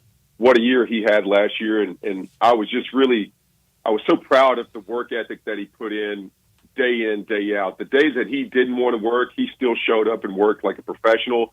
And I have challenged him to be a leader with the other players in our clubhouse to push these guys and to see to it that, they're sticking to their routines. So we're thrilled to have Lucan back at first base, but we don't want him here forever. Thomas Sajasi is another young man who won the Texas League MVP last year. He came up towards the end of last season. He's going to play some shortstop for us, second base for us, and third base for us. This kid can really hit. He's got a great attitude. He's one of those just blue collar type players that he kind of just captures your heart as a coach and as a teammate and even as a friend. So I'm really excited to see the player that he turns into. We've got Cesar Prieto, another infielder who had a great spring. I think Cesar hit over 400 this spring for our big club. Michael McGreevy is taking the ball for us tonight. He's our opening day starter. I feel at some point he's going to contribute and help impact our major league club and contribute to winning. We've got players at various positions that I'm really excited about, and I know at some point we'll play in St. Louis and help our big club win games. Do you feel better about the offense rather than the pitching, or vice versa, or do you feel the same about both? I feel really good about both sides of the ball. We've got some really young arms that came up last year and showed that they could perform at this level and also compete at this level. So I'm really excited. I'm really excited about our staff. I really am. Not to say that we don't have the bats in order. I like our position players, but we've got a really young staff. We traded for some players last year, and these guys are kind of more comfortable with me. They're more comfortable with our setting. So I'm really I'm looking forward to see what the type of year that they have, and I'm anxious to see how these guys get off to a really good start. Hopefully, who will be at the back end of the bullpen? Well, that's a good question. John King is and to be all honest, we try our best to not define roles early on, just because if they're closing here, that doesn't mean that they're going to be closing in St. Louis. So we try our best to really put these guys in positions to succeed early on and not give them too much of a workload. And hopefully in maybe 3 or 4 weeks, that would kind of, guys kind of identify themselves as, okay, I'm a left-handed specialist here, or I'm really good at getting right-handed power hitters out. So we haven't defined those roles yet. I got an idea who I think. I really like Wilking Rodriguez, who was with us last year. Chris Roycroft is another arm who's, he's a monster of a man. He's 6'7" on the mound and throws really hard, and he's big and scary and mean looking. So, I like those type of guys. So we'll just kind of see how it all shakes out. Ben Johnson joining us. He's the skipper of the Redbirds, who open up their 25th campaign in Memphis this afternoon, 3:05, as they'll take on Charlotte in the first game of their series. As far as the AAA level rules, each year we have you on, Ben. You talk about some of the new things. Sometimes they do experimental rules, and I know in recent years there's been a lot of changes. Anything that we need to keep an eye on for this year that is going to be experimented in the minor leagues, or rule changes of significance? Nothing of great significance. I feel that that's a change from last year. We do have, the umpires will be calling more obstruction calls on the defense. So let's say there's a play at second base with a runner stealing second base. Mm-hmm. The defender has to give that base runner, if he does not have the baseball, a clear path to the bag. In years past, players could drop a knee, maybe block the bag. You guys remember, I'm sure, catchers blocking home plate. We're trying our best to create more offense, and I feel like we'll see more obstruction calls, not just at our level, but also at the major league level. So that's one that stands out to me. As you know, last year we experimented with the ABS challenge. That's something that they're continuing with this year. So as far as new rules, the obstruction rule, I think, is going to be the one that stands out the most. I feel like we'll see more of those obstruction calls on the defensive side of the ball than we've ever seen. With the robo umpires or whatever, what did you think of that last year in year one? I like it. I really did like it. Just due to the fact that it's hard to, a strike is a strike and a ball is a ball. Yeah. It's called by a computer. So there's no really human error in that, and that takes a lot of the arguing out of it. Players can't argue whether that was a ball or a strike because you're arguing against a computer. You know what I mean? So technically, and I really like that part of it. It really created consistency with the strike zone. So I was a big proponent of that. It is funny, though, because a lot of the fans, I don't think, understand it. So like, you still have fans yelling at the umpire, and I'm like, if I'm the umpire, I want to turn around and be like, listen, I'm not calling this thing. You're yelling at a computer right now. Yeah, and that's something that we've seen over the years with the changes of the rules, is that sometimes the fans aren't always, abreast to all the rule changes. That's why I ask when we have you on, about the upcoming season, because maybe that's something that they did not know, and they learn more from hearing it from you, or, obviously reading about changes. And Major League Baseball has made a lot of them, significant changes here over the last several years. Okay, so yesterday I saw the clip. You were meeting with the television and some other media members yesterday, and you talked about a book club. You guys have a book club? Yes, we have a book club. So Brian Alizawi, he's kind of one of our mental strategists. He's an ex-Navy SEAL. He put together a book club for our organization, and there are so many different types of random books, but it kind of brings us together, and it gives us something to talk about as a unit outside of baseball. So yeah, it's really the first time I've ever been a part of a book club, but I've really enjoyed it. It's allowed me to just kind of learn new things and kind of see things a different way. So it's been a good experience for me, and I'm proud to have the fellowship with my other coaches. Well, I think it's really cool. My wife reads so many books.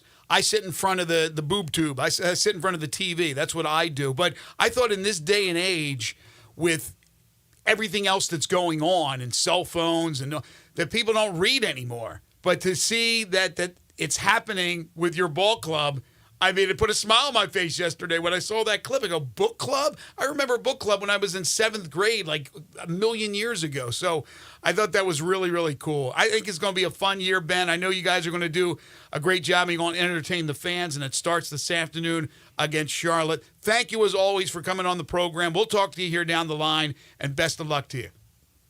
Thanks, guys. Thanks for letting me be a part of the show this morning, and you guys are great, and I look forward to talking down the road. Thank you, Ben. Ben Johnson, the skipper of the Memphis Redbirds, I believe in his 6th season now. He's done a real good job. They love him in the organization. So good luck to Ben, keeping up the good work. I would not be a good member of a book club. Not something I've ever been a part of and never will be. Wouldn't be a good member. Because you don't like to read books. Yeah. I would do like I did in school. I wouldn't read, and I'd read like little captions, skip forward, and then I'd try and have the conversation like I read the book when I didn't. Oh, I've done that a few times too. Were you Mr. Cliff Notes though? I never really did the Cliff Notes. I would just read like a few pages of this chapter, then try and get the gist of it. Then I'd go a couple chapters ahead, read maybe 2 or 3 pages there. I could usually figure out enough to put together a book report and get through it. Do you remember? Which is today, like with the internet, I mean, it'd be easy. You don't have to read anything. You just go on the internet and you could easily put together a book report. That's why, people just sitting down and reading books. But my wife reads books all the time. I've started books that I didn't finish. I finished some books, but I haven't read a book in a long, long time. Do you remember, you may not be old enough to remember this, but there was commercials for the Evelyn Wood speed reading classes. You would take classes. It was called the Evelyn Wood speed reading classes.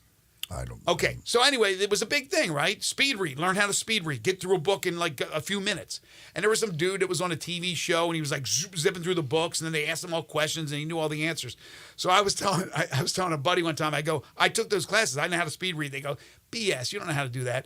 So I took the book, and I just like you're talking about. So here's the book, and I'm going through, ripping through the pages, but I'm picking up like little statements here as I'm reading. I don't do it. You don't do it in 3 seconds, but you do it really quick. So I'm picking up a couple of statements. So then I start BSing about what it is, and the guy goes, "I cannot believe you know how to speed read." It was just, it's just picking up a couple of the quotes in the book. I was a speed reader. Yeah, you were a lazy student. That's what you were. I dropped a class in college on the first day because the professor told us we had to read this book that was like 600 pages. And I was like, all right, I'm done. I'm out. See ya. I'm not doing this class. Dude, I did I don't know if it was for that exact reason, but I also dropped that class on the first day because of the workload. The, what is it called? The syllabus was like, oh man, that's just too much. He gave us, and I didn't know when he assigned the book or told me we had to get this book and read it. And so I went to the bookstore and I found the book and I looked at the book and I was like, all right, dropping that class. I don't have that in me. That will take me 6-7 years to read that book. I can't do it in a semester. That's for sure. Corky's Ribs and Barbecue, great option to bring the family tonight for dinner this weekend. Stop by or have the services delivered to your home. Always a great time for Corky's Ribs and Barbecue. If you're in the office today or tonight, order up some Corky's as well. They've been perfecting barbecue for nearly 40 years, that delicious slow smoke barbecue, and they will cater any event you got coming up. So think Corky's when you're thinking about catering for a small party or a large party as well. Lunch specials every day. Party pack start at just $7.49. Great barbecue, but also award-winning catfish plate, tamales. I went through the drive-thru yesterday and got a double cheeseburger, which was out of this world. They have delicious desserts as well. Barbecue nachos are a must. Great wings and the cheese and sausage plates. Man, oh man, it is making me hungry just reading about it, just talking about it. It's Corky's Ribs and Barbecue. Poplar Avenue in Memphis, Poplar Avenue in Collierville, Germantown Parkway in Cordova, and Goodman Road in Olive Branch. And also ask about their private party room. You want to celebrate a birthday, an anniversary, a family reunion, a graduation party, reserve their private party room today at the Cordova or the Olive Branch locations.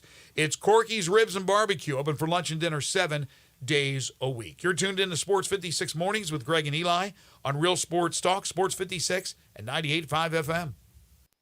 Be sure to follow us at Sports56 WHBQ on Twitter, Facebook, Instagram, and YouTube to watch live video of our shows, stay up to date with station events, and have chances to win prizes. Don't miss out on anything that's going on. Follow us at Sports56 WHBQ.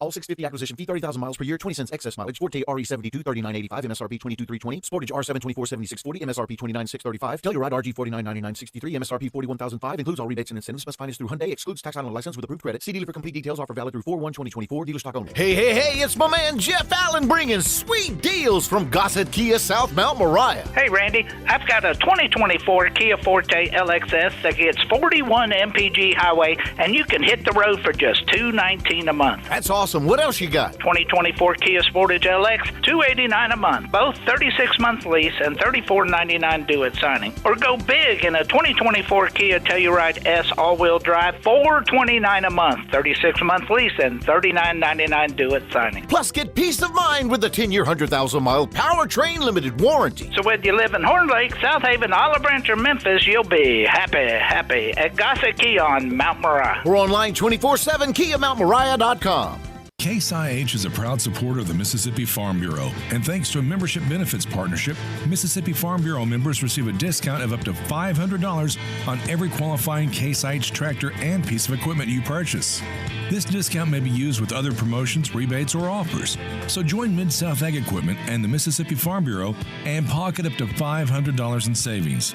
Call Mid-South Ag at 662-890-3141 to get your discount today. Napa Cafe celebrates 26 years in 2024. Hi, I'm Glenda Hastings, owner of Napa Cafe, and I want to thank you for making us part of your dining experiences. Treat yourself tonight with a delightful dinner. Maybe start with an appetizer like our baked sweet peculiar peppers stuffed with goat cheese and mozzarella, finish with basil pistou, and move on to one of our cozy dishes like the double chocolate stout braised boneless beef short ribs with tonkatsu sauce and creamy mashed potatoes, or a fresh seafood dish like our pan-roasted ginger buttered sea bass with cilantro soy vinaigrette. I get hungry just talking about it. Don't forget about dessert, our famous sweet buttermilk pie with brown sugar sauce, or drink your dessert with one of our signature dessert cocktails, like the lemon cheesecake martini, lemony, icy, frothy, and dusted with graham cracker crumbs. Napa Cafe, open Wednesday through Saturday for dinner starting at 5 o'clock. For reservations, visit our website at napacafe.com. Come join us as we celebrate 26 years of Napa Cafe. We can't wait to serve you.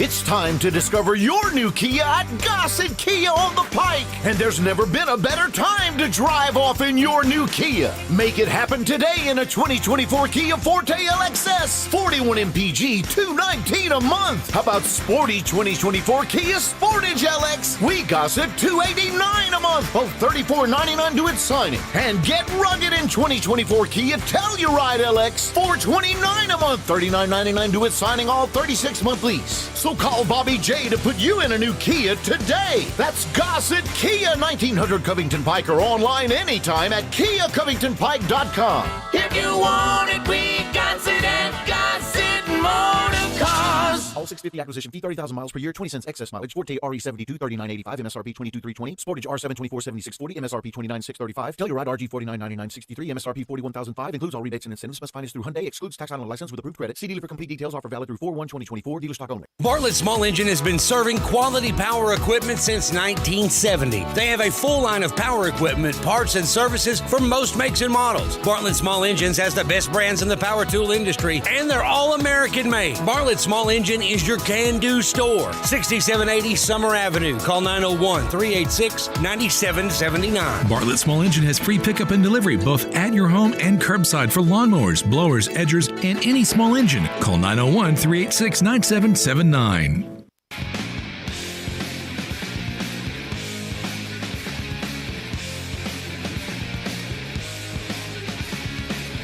Now back to Sports 56 Mornings on Sports 56 and 98.5 FM. This hour is brought to you by James Gaddis Jewelers. To reveal the full spectrum of its dazzling color. Here once again, Greg Gaston and Eli Savoy. Memphis Tigers basketball signee Jared Harris will compete in the boys' national three-point shooting contest at the 2024 Final Four. There's the high school slam dunk competition and the three-point shooting contest out in Phoenix, and he'll be a part of the three-point shooting contest. Harris, the only signee for next year. There could be certainly some more players that will return. We haven't heard from either Ashton Hardaway or Carl Sharonfont. We know that Jalen Young and Jonathan Pierre have hit the portal. Nick Jourdain is coming back, and we still have not heard from David Jones, and that's it as far as that Tigers roster is concerned. But good on Jared Harris. Got some text here on the Sissy's Log Cabin listener line talking about the NCAA tournament games from last night. One texter says, looked to me like Nate Oates told his team not to let R.J. Davis have a clean look at a three. Yeah. That is a smart thing to do against North Carolina. Again, even with that, normally, he's not going to go 0 for 9. But, yeah, it was certainly that he is, if you can get him to go 0 for 9, you got that certainly greatly improves your odds of beating North Carolina. And I'm surprised they were even in that game with him going 0 for 9 for 3 and 4 for 20 from the field. Because he's such an important part of their offense. Yeah, I mean, they got a good game from Baycott. They got good production inside, but so did Alabama. They countered. And then you throw in with the struggles of Davis. Yes, it was a surprise that it was even that close, but Alabama with a great win last night. David texted and says, I wonder if Shannon doesn't get any post-game interviews. It was interesting. They interviewed a guy who had 11 and 6. I don't know if they're I don't know. Making him available? In the post-game media availabilities, if he's done any of those from the NCAA tournament or if he did at the Big Ten tournament. I have no idea. I don't know. I didn't see Illinois' any post-game stuff from them, so I don't know if he's – I would assume he's got to be doing those. I mean, they can't just – the guy's going out and scoring 30 every night. You can't just be like, nope, he's never doing any post-game interviews. Yeah, and I wonder with, their local broadcasts as well. I know if it was Wolo, he'd be complaining. And I'd I'm sure with too. their local radio, they do, they just don't. But you never know. You're not asking about that, and it's their radio, so they're not going to ask him about that. Now, on the national scene, again, I don't know if I have no idea. It'd be hard to just say no, our best player who scores 30 every game. Yeah, you guys don't ever get to talk to him. Yes, but after the game on the court with the sideline reporter, they're not going to ask about that. They're going to ask about the game. But in a setting where he's up on the podium, then obviously they're going to ask that question. So I don't know that either, whether or not he's been up on the podium. I would doubt highly that he has been. They keep him shielded more than likely. Raider Corey texts in. He said, unlike Brownell, was Arizona's coach even on the bench? He just continued to let his guys jack up 3 after 3, didn't call any timeouts to adjust or tell his guys enough to get the ball inside. It was weird. Like he has another job lined up or something. I'm not Tommy Lloyd's biggest fan. I mean, I think he's a good coach. I know they like him. He's highly respected, but I don't know. These early exits are adding up. Arizona, maybe not as rabid a fan base as Kentucky, but they're still rabid. They went out in a Sweet 16. I know, but Arizona, they expect – there's 6 or 7 programs out there that expect national championships. Not every year. You're not going to get one every year, and they're not going to go off every single year either. But after the disappointment of last year, they expected a longer, deeper run. It's Arizona. Arizona, Kentucky, Carolina. You know the teams. You know the programs. Raider Corey also says, R.I.P. to Louis Gossett Jr. Oh, no. He and Richard Gere in Officer and a Gentleman was epic. Officer and a Gentleman was a great kinds movie. of. No, I'm not going to say it. Louis Gossett Jr. passed away at the age of 87. Oh man, he was terrific, absolutely terrific. Yeah, Officer and a Gentleman. That's the first role that comes to mind. But he was in so many different movies. Rest in peace, Louis Gossett Jr. The UFL season begins this weekend. So, Eli, you ready to crank it up again starting Sunday? Yeah, looking forward to it. Should be a lot of fun to see I'm looking forward to tomorrow with the kickoff of the league and seeing Birmingham, Arlington, the two champions from the two leagues last year doing battle. But yeah, looking forward to it. Should be, again, I think the level of play, I just want to see, kind of how much better even the level of play looks because you're condensing these two leagues into one. But yeah, it should be fun to showboats down in Houston. on Sunday afternoon for their first game with John DeFilippo as the head coach. And, I think this Showboats team is going to be really good. But again, every team's probably going to be really good compared to what we thought. So it's hard to judge. It'll be just fun to see a week of games just to kind of have an idea of, okay, like who really is that much better. I hope the fans come out to see this team next Saturday, a week from tomorrow, in the home opener, and then, judge on whether or not they want to continue to watch the team. A lot will depend on the product, but I hope they give them a shot. It's just weird. The whole setup is weird. We know it's weird, but when you have great people like Steve Macy working his tail off over there to market this team, I hope the city comes through and supports them, and they have a nice crowd. Hopefully the weather will be nice and their performance will be very good against San Antonio, but that'll be a week from Saturday. It is funny, and I hadn't really even thought about it until John DeFilippo was asked about in one of his press availabilities by somebody, but and he talked about that he's not the right guy to ask. But so the NFL adopts the new kickoff, which is the XFL's kickoff. They think it's the smart move for the NFL. However, the UFL is not using the XFL's kickoff. They're using the USFL's kickoff. So, they're like, no, we don't like that kickoff. We're going to go with the USFL kickoff. But the NFL's like, you know what, that XFL kickoff, we like that thing. We'll use it. Right. It's very strange that the XFL teams no longer will use the kickoff that the NFL thought was good enough for them to use. Yeah, if you're not going to do traditional, and I know the one they're using is more closer to traditional than the XFL was, the USFL one. But certainly, I mean, I don't know how the minds coming together couldn't see that this is the way to go, because you're going to be able to get, not always, but you're still going to be able to get some kickoffs. It's going to be a lot better than 22%. There was only 22% of kickoffs returned in the NFL last year. You're going to get more kickoffs, and you're also going to be able to adhere to safety, which is the main goal. And you're going to have both. So it made sense to go with the XFL model. I'm glad they went US. I love the USFL. No. I love this. Because every kick is returned, essentially, and you get way better field position. I don't mind that one. Don't get me wrong. I don't mind that one. I like this one better, the XFL that was adopted by the NFL. I just want to see some kickoffs. It's always been a part, or some returns. It's always been a part. Well, the USFL one, literally, every kick is returned. Well, I don't have to, because nobody kick it in the end zone from the 20. Right. It's fine as long as I see some. 1 out of every 5 was terrible. They were 0-13 in the Super Bowl. 13 kickoffs, 0 returns. 0. Oh, Brandon Aubrey, who kicks it out of the end zone every time for the Cowboys in the USFL, I think he had 1 touchback last year, maybe. Right. Because you can't, nobody. You have to have a bionic the NFL's never going to use that because they don't want to give up that type of field position. That's the thing with that's why I like it for the UFL, is that teams get good field position. You get the ball at the 40 constantly, so it's shorter fields. Theoretically should lead to more scoring. Yeah, but there's not more scoring there, and that's what I was surprised last year, that there wasn't more scoring. Hopefully this year there will be more scoring when you get great field position. Black Tie Moving, folks, if you've got a move coming up, whether it's across town or across country, whether it's your home, office, whatever it is, you need to get some stuff moved, talk to the folks at Black Tie Moving.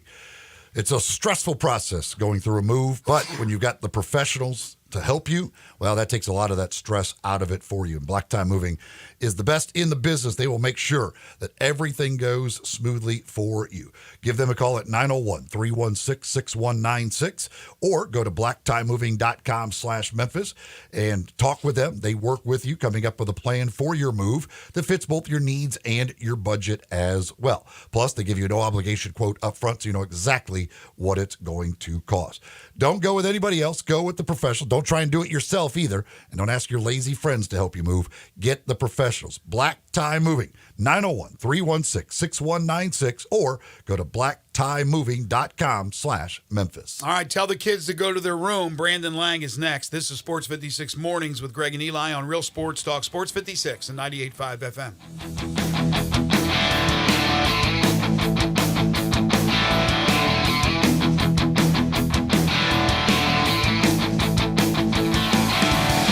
Springtime is hot wing time, and time for the ultimate hot wing showdown at the World Championship Hot Wing Contest and Festival. Be there Saturday, April 20th at Memphis River Garden Park on Riverside Drive. See over 60 teams fighting for hot wing supremacy, along with live blues, soul, and rock and roll. All in support of the Ronald McDonald House. It's a sizzling day of fiery flavors, live music, and family fun, and you're invited. It's hot wing time in Memphis. Get your tickets now at worldwingfest.com. This is your delicious chance to make a difference.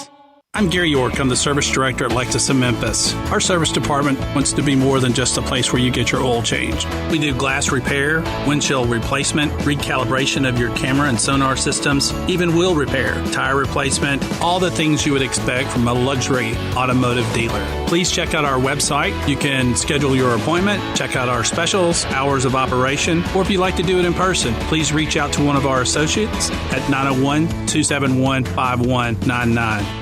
They're taking care of beerness in Memphis, right on the river with Grind City Brewing and all of their great products. Look, this was a dream come true for a father and son duo. And if you have not been to that brewery right on the river, just to the north of downtown, you're really missing something special. And now you can't miss their products. Wherever you go, you see a brand new label. It's clean, it's beautiful, it's distinctive. You'll know Grind City Brewing, and of course you know their products like Poppy's Pills, that great Pilsner, or Tiger Tail, that very creative craft malt liquor. There's the new Thaddeus Amber Lager. That is absolutely a great light beer. There's the India Pale called Godhopper. It's outstanding. And then there's the Belga, the Belgian-style wheat ale. They keep bringing hits at Grind City Brewing. Do you want a greener, more weed-free lawn? If you're like me, you can't stand the sight of dandelions, clover, or especially crabgrass. Hi, I'm Brandon Hawley, president of Lawn Solutions. We are your locally owned and operated weed control and fertilization company. We are also experts in disease and insect control on your lawn and landscape. Our uniformed technicians are full-time, year-round licensed and certified by the state of Tennessee. Lawn Solutions' personalized service is far more superior to that of national companies that promise but simply cannot deliver. We return phone calls, we keep appointments, and we want your business. What we will not do is bother you with endless phone calls or junk mail. Lawn Solutions will not sell you something your lawn doesn't need. If you're looking for a local lawn care company to kill your weeds and feed your grass, then Lawn Solutions is the finest. Call us at 867-5626. That's 867-5626. Or go online at LawnSolutionsInc.net. From our family to yours, we want to thank you for your business. Hey Mid-South, it's springtime, so let's celebrate with the Gossett Mitsubishi Motor Spring Sales Event. Time to go spring breaking with 43 MPG Highway. Do it right with 2024 Mitsubishi Mirage. We Gossett for only $19,110 or $259 a month. Go your own way in style with 2024 Mitsubishi Eclipse Cross. We Gossett $30,150 or $449 a month. Or hit the road in 2024 Mitsubishi Outlander SE $36,165 or $399.99 a month. Plus, every Gossett Mitsubishi comes with Mitsubishi's 10-year, 100,000-mile powertrain limited warranty. That's Gossett Mitsubishi, 1870 Covington Pike, and 24/7 at MemphisMitsubishi.com. If you want it, we got it at Gossett Motor Cars. Mirage RH 6614 MSRP 1916 Eclipse RZO 32749 MSRP 30,650 Outlander RZO 12807 MSRP 36165 includes all rebates and incentives. PF 695 excludes tax title and license. See dealer for complete details. Offer valid through end of the month with approved credit dealer stock only. Ole Miss Rebel Yell is back. The Rebel Yell Hotline Radio Show is back on WHBQ Sports 56 and 98.5 FM. Every Monday night at 6, hear the latest news on your Ole Miss Rebels with Yancey Porter with 24/7 Sports, former Ole Miss defensive tackle Mike Fitzsimmons, Gordon Ford covering SEC Sports Call, and former Ole Miss baseball announcer Gary Darby. From kickoff to free throw to extra innings, your Ole Miss Sports on the Rebel Yell Hotline Show, right here Monday night at 6 on Sports 56, 560 AM and 98.5 FM, your Mid-South sports station. We are Sports 56, WHBQ Memphis, and W253 DF Memphis. Flynn Broadcasting Stations. Sports 56 traffic. Good morning. In the clearing stages of an earlier crash we had on Mill Branch at Winchester, lots of radar out here this morning, especially I-40 through parts of Arkansas, just west of West Memphis, and sections of I-40 out in Fayette County. This morning still looks good on 385 Illmars Parkway as you come inbound out of Collierville. Hey, 24/7 reliable crane and rigging services right here in Memphis. It's Tomahawk Crane and Rigging. I'm Commander Chuck with your on-time traffic.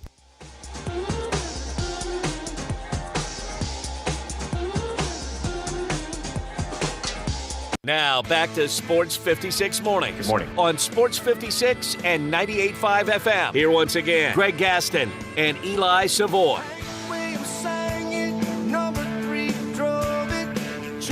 Welcome back, everyone. 9:06 the time. Final hour for us today here on this Good Friday, March 29th, 2024. Getting you set for the sports weekend. Greg Gaston, Eli Savoy, and Zach Boyd. We're in the Family Leisure Studios. Family Leisure. It's where family and fun come together. 2120 Whitten Road, just north of I-40. Their spring sale continues. Currently 49 degrees. It'll get up to 74 today. Sunshine, a few afternoon clouds. Perfect day to play some baseball, and that's what they'll be doing this afternoon at AutoZone Park, the Redbirds opener, and over at FedEx Park, Avron Fogelman Field, as the Tigers and Florida Atlantic will play Game 2 of their series tonight at 6 o'clock. Tonight will be 56 for a low, so not too shabby, with mostly cloudy skies, and then tomorrow sunny and 79 degrees. Some clouds will be rolling in, and there'll be clouds on Sunday, but also 79 degrees. Folks, it's Chevy truck season. All the Silverados you want are in Olive Branch at All-Star Chevrolet. Come get any new Silverado you want with financing down to 0.09. That's 0.09. Trailblazers and Equinox with 1.9% financing and no payments for 90 days. Families love the new Suburbans. You can do more together. If you have a big family, you want one of these big, beautiful, safe vehicles. Military, teachers, college students, healthcare workers, you get an extra $500 bonus when you purchase a vehicle from All-Star Chevrolet in Olive Branch. You want pre-owned? Everything you want is there. All the Jeeps, the Ram trucks, the Yukon Denali's, the Traverse with that third row seating. And if it's not there, ask Jeff or Kevin. They'll find it for you. Kevin and Jeff, everyone at All-Star Chevy asked me to wish you guys a very happy Easter and certainly a happy spring. Remember, it's not South Haven, not Mount Moriah, not Bartlett or Collierville. It has to be Olive Branch. Go to All-Star Chevy today or go to allstarautogroup.com. All right, we're waiting on Brandon to join us. Hopefully he had a good day yesterday. If you missed the results from yesterday in the Sweet 16, Clemson over Arizona, that's a 6-2. Alabama over North Carolina, that's a 4-1. Illinois over Iowa State, a 3-2. And number one overall seed, Connecticut, beat San Diego State 82-52, throttled them by 30. So technically, if you're looking at seeds, Eli, 3 of the 4 games last night resulted in upsets. Yeah, obviously you lose a 1 and 2 twos. So after a pretty chalky tournament to that point, the West has become, I guess, that bracket that it seems like every year there's one bracket that gets a little wonky, if you will. And so now you got the 4 versus the 6 for the chance to go to the Final Four. We'll see if NC State can continue to kind of make things crazy in the South and have an 11 seed with a chance to go to the Final Four. But the West has kind of become the messed up bracket, I guess. Well, using your term wonky, I knew it was going to be the West. I knew it, so I took a chance with Baylor, and Baylor let me down. Baylor did not play well. Clemson did. Clemson beat them fair and square. But I had Arizona losing in the Sweet 16. I did not like North Carolina going to the Final Four. I think I may have had them go to the Elite Eight. But that was the wonky one, as you said. And now it's up for grabs between a 4 seed in Alabama and a 6 seed in Clemson. Tonight, of course, 4 more games, and we're about to break them all down with the one and only Brandon Lang. It's time to handicap this week's action. Joining Greg and Eli is sports handicapper Brandon Lang, subject of the movie 2 for the Money. It's P equals P. You walk into a strip bar and you let her take your hand and drag you into that champagne room. Pressure equals problems. You just can't do it. And I'm telling you, pressure equals problems in the NFL. Get Brandon's plays at BrandonLang.com. There's 4 things you can't handicap in sports. There's 4 things. Penalties, turnovers, player stupidity, and coaching stupidity. What are they smoking? Also, listen to Brandon with Clay Harbor and Cam Rogers on the Believe Podcast Network. You're on a dating app, and they don't show a body picture. Run! Run! Now, here's Brandon with Greg and Eli. He is the one and only Brandon Lang. Joins us now on Sports 56 Mornings. B. Lang, what's going on? I've just decided I'm calling the doctor. I need a lobotomy. I just decided that. Wow. I need a lobotomy. I need serious mental help. I just do. I used UConn last Sunday as my best bet. And I told myself after they covered against Northwestern, I said, I'm just going to ride them. They've covered 8 in a row, straight up against the spread in the tournament. Just keep riding them. You keep going with that team till they don't cover. That's it. Just you don't even think about it. Don't even handicap the game. Just use them. Just keep using them and using them and using them till somebody does something enough to cover against that team. So what do I do last night? I talked myself into using North Carolina minus the points over Alabama instead of UConn over San Diego State because of the double-digit number in San Diego State. And I sit there last night and I watched UConn win by 30. And I just said, I knew it. As sure as hell I knew it. And I literally, first 5 minutes of the second half, I said it's a loser. Turned the game off, went to bed. I'm in New York with Ellen, and I just went to bed. And I just went to bed. I said I knew it. And I woke up in the middle of the night to go to the bathroom, and they lost outright. And I said, I knew it. Absolutely knew it. And I said, you could see it coming a mile away. And listen, even when they were up 85-82, that possession with 1:32 to go, where they just let Sears go right to his left hand. I mean, you are taught in basketball camp, I say this all the time, and it goes back to 4th grade, Coach Hersey and Midland High, and basketball camp, 4th grade. If you identify your man's strong hand, do not let him go to his strong hand, and if he beats you to his weak hand, you can live with that. Now, I'm 61 years old, and I can still hear Coach Hersey's voice saying to me, do not let your man go to the strong hand! So what's North Carolina do? They just let Sears go to his left hand right down the lane. Number 3, the white kid's guarding him and lets him go and gets beat. 85-84. And R.J. Davis comes down. The kid missed the three-pointer. And you hear the commentator say it. That's not the shot. You don't need that shot. That's the shot they want you to take. There's 18 on the shot clock. You're still up 1. Let me jack up a 3. Clang. They come down. They get 3-point play, game over. It's just amazing. Absolutely amazing how you let a team hang around. And I see UConn win by 30. So I'll tell you this right now. Clemson's going to beat Alabama. Why'd you go with North Carolina? Alabama gave up 100 points in 3 of their last 6 games. And North Carolina just offensively let's choke. RJ, I mean, it was RJ Davis. Like that, if he has anything like a normal game, they put up over 100. He had a couple of spurts, but yeah, he in the press conference afterwards. And I like to go online and watch the kids suffer. That's the evil side of me. I want to go on the press conference, watch little crying eyes get up in front of that mic and just suffer. And he's sitting there going, I need to be better. I wasn't good enough. Really? His eyes are all puffy, and he was crying in the locker room. First game all year that he didn't make a 3. Yep. Choked, just gagged. So anyway, you know what's interesting though? I mean, you made the Unreal. point about UConn being the double-digit favorite. Forget it. It's the old. Don't look a gift horse in the mouth. It's like it seems too easy. It's too easy. You talk yourself out of it. Yes, exactly right. We were on the air yesterday, and we both agreed Connecticut's going to roll, and I end up not. I didn't play the other way, but I just didn't play that game, and they win by 30. So don't look a gift horse in the mouth.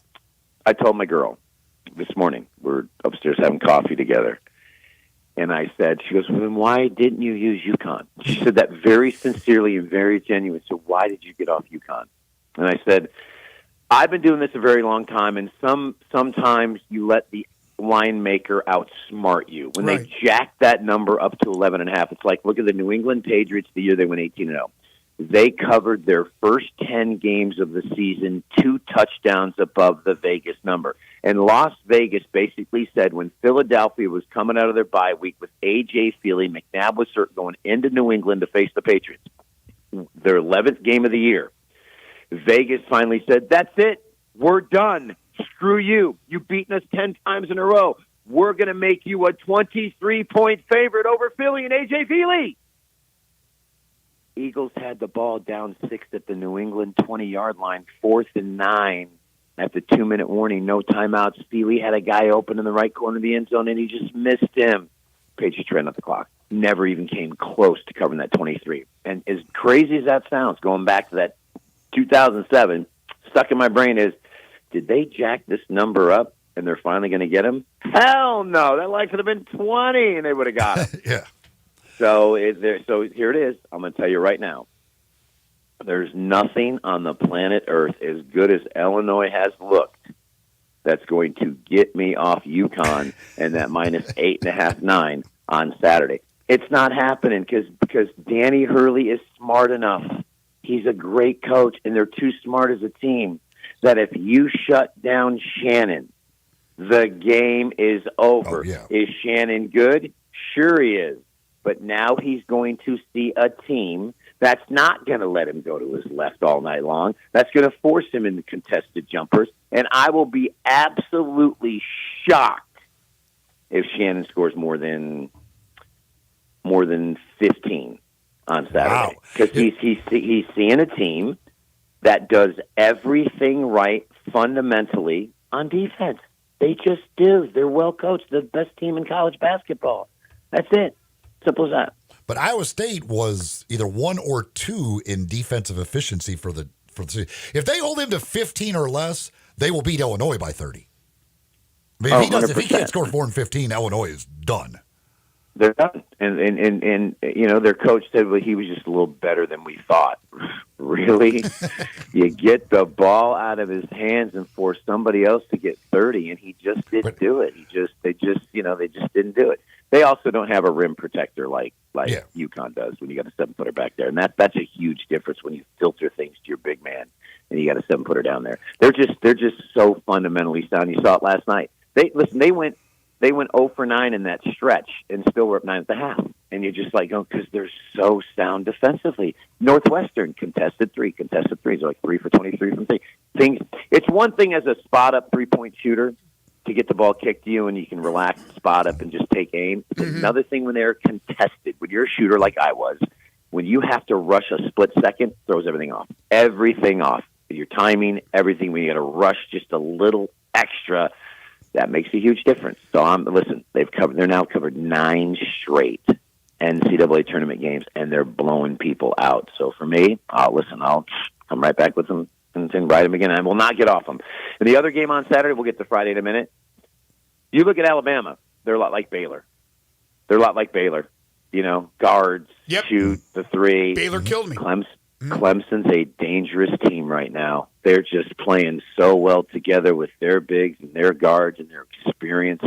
I'll take them plus 3.5 over Alabama. Have you seen a team with better chemistry right now than Clemson? They're fundamentally sound. They all know their roles. I've been impressed. What they did against Arizona last night was impressive. They dominated the game. And listen, Arizona's a lot better than Alabama. They just are. Bama's had a good run. And listen, that North Carolina Hubert Davis, that's on their star, R.J. Davis. When your star and everybody else, they just choked. They just, on that last play, when it was 85-84, and with 38 seconds to go, and they tried to run that high pick and roll. They played it well. Then they go a little further over to the left. They're going to run that high. All they're trying to do is just run that high pick and roll again. And what does Babcock do? He does the one thing that he didn't do the first time. When they ran the high pick and roll, what is the big man supposed to do? Step back and allow the guard to go through. That's it. Let it step back. You don't jump out at that point. You step back and let the guard go over the top or underneath. Now, what shot do you want? You want Steers to jack up a 3 there? Absolutely. That's what you want. So they didn't. They defended it well the first time. The next time, what did Babcock do? The idiot jumps out. The guard jumps out. Nelson slips wide open. Just the moronic stupidity of these players. And then he gets the and one, and you see Babcock go down the lane, and then he slumps his shoulders like, you idiot. You're just a dumb idiot. You've been taught this for how long? You don't go above the screen as the big man. At that point, you slip underneath. It's fundamentals. I can still hear Coach Versi's voice. Fourth grade basketball game. Let me just say this. Fundamentals wins ball game. Let me say it again. Fundamentals wins ball game. I was in 4th grade. I'm 61. I still hear his voice. And you God know what? help me. And he's still right, because before we talk about the games tonight, real quick, fundamentals. Yep. What did Clemson do down the stretch against Arizona? The inbounds. Execute. How about the inbounds passes out of the timeouts where they got guys wide open for dunks? I mean, that's fundamentally sound. You're screening somebody off that guy. He gets in there wide open. P.J. Hall. Then the other guy was, who's the kid? Hunter. I mean, come on. That's fundamental basketball. Listen. Go back real quick. Give me 15 seconds. Oregon Creighton, 64-62, 27 seconds to go. Oregon's inbounding the ball. Inbound, get fouled, make your free throws. That's good. Dana Altman, first mistake. Didn't have his best 5 free throw shooters on the floor. Still had a center in the game. He also had a timeout. Call timeout. Get his best. This is the biggest possession. Get your 5 best free throw shooters. Design your inbound play. Get the ball to Cousinard. We're home free. B, what did he do? Didn't take the timeout. Had a center in the game and had a freshman taking the ball out. How much more moronic as a coach do you have to be in the biggest possession of your life? Have a freshman. 3, what happened? Freshman panicked, threw it to the center. Center gets fouled, misses the front end of a 1-and-1. Boom. There it is. Right. Fundamentals. And the rest, as they say, is history. All right. History. Okay. Tonight, Houston had the scare from Texas A&M. What do you think of them and Duke? I think they're too physical. I think they're too physical for Duke. I do. Duke's going to get punched in the mouth. They had a great game. But for me, I just think, for Duke to lose to NC State the way they did, because NC State was more physical.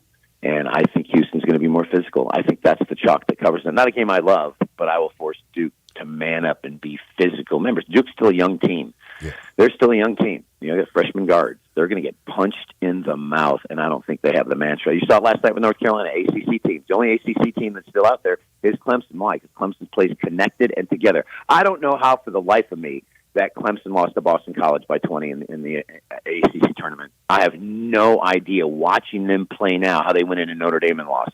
I have no idea. But in this tournament, teams get hot, you ride them. And I just think right now, Houston getting that scare of A&M. Listen, A&M's physical. A&M's gnarly. A&M. Duke's not like that. They got Flipowski, and that's it. That's it. They're not physical. You're going to beat Houston, you got to be physical. And I think that'll be the difference. I think DJ Burns may be your kind of guy. Does the run continue for NC State against Marquette? I'm staying away from that game. I just am. I didn't touch it. I'm not going to watch it. I mean, I'll watch it, but I can't figure it out. I think Marquette should cover, but it's another hot team. It's just another hot team that just got a good draw, got a good favor, got a good matchup. He's a beast inside. Marquette should cover that game, but they messed around and didn't cover in the round of 32 when they won by 4 in a game they probably should have won by 10. So with that 6.5 number, Marquette should cover. But I left that one alone. Purdue has been dominant through the first 2 rounds. Gonzaga has won their 2 games very easily as well. What do you think there? They beat them by 10 in the Maui Classic. Greg, 6'10" kid, freshman, has been inserted into the starting lineup down the stretch. He's made all the difference in the world. He didn't start in the first game. Nemhard had a bad game. I think Nemhard was 1 of 9 from the floor in the Maui Classic. I just keep going back to when I sit there and watch Purdue lose to Wisconsin in the Big Ten semifinals, and I just said, wow. And they've gotten hot in this tournament, but Gonzaga's on fire. Beat a really good McNeese State team, dominated Kansas in the second half. I got to take the Zags plus the points in that one. I just do. Yeah, this one's this is where I think Purdue in the past would lose a game. They're playing great right now, but I'm a little concerned about this one. You might have the right side there. And then finally, the game we're really interested in here, it's Tennessee on the other side of the state, but Creighton's got a lot of local connections to us here in Memphis. Tennessee, a 2.5, make that a 3.5 point favorite. Yeah, I'm a believer after watching Tennessee against Texas and watching Creighton against a really athletic Oregon team. I think Creighton's a bad matchup for Tennessee. Tennessee struggles against teams that have multiple scores, like multiple guys that can beat you. And all 4 starters for Creighton, Shireman and the other kid, the short guard, and then Alexander. They just have multiple scores with a big guy down low. And I just think with the way Creighton is connected, they've been there. And listen, I love John Grisham. I love his novels. I think John Grisham is a tremendous basketball. Oh, I'm sorry, Rick Barnes. Who looks just like John Grisham. Where you're going with that. Superimpose. Please do it. Please do it after I get off the air. If you're listening to me right now, go online on Google. Google John Grisham's picture, Rick Barnes picture. They're brothers. They look exactly alike. It's tremendous. I just don't trust John Grisham in this situation. I just don't. Rick Barnes, every time he gets in this position, he just gets beat until he gets over the hump. I trust McDermott, and I trust the experience of Creighton. I'll take +3. All right. Well, listen, we'll talk. That's a good call. I know. I had no idea what John Grisham looked like. As soon as you said it, I knew that was right. I don't even have to look. Look at it. I go on radio shows all the time when it comes to Rick Barnes. I listen, he's not Rick Barnes. He's John Grisham. John Grisham is Rick Barnes. They're the same people. Listen, trust me. Rick Barnes isn't on the sideline. It's Grisham, and when Grisham writes those novels, it's Rick Barnes. They put a little makeup, it's the same guy. John Grisham is Rick Barnes. I'm just telling you. Barnes will be trying to write his novel, or at least another chapter tonight against Creighton. Brandon will be back with you Friday next week to talk Final Four. Thank you, my friend. Have a great weekend. You got it. Bye. Take care. By John Grisham's books at Barnes and Noble. Nice. But I had no idea what John Grisham looked like, but I mean, that is. Really? You didn't know what Grisham looked like? No. Why would I know what John Grisham looked like? I don't know. You watch talk shows. He's been on tons of talk shows.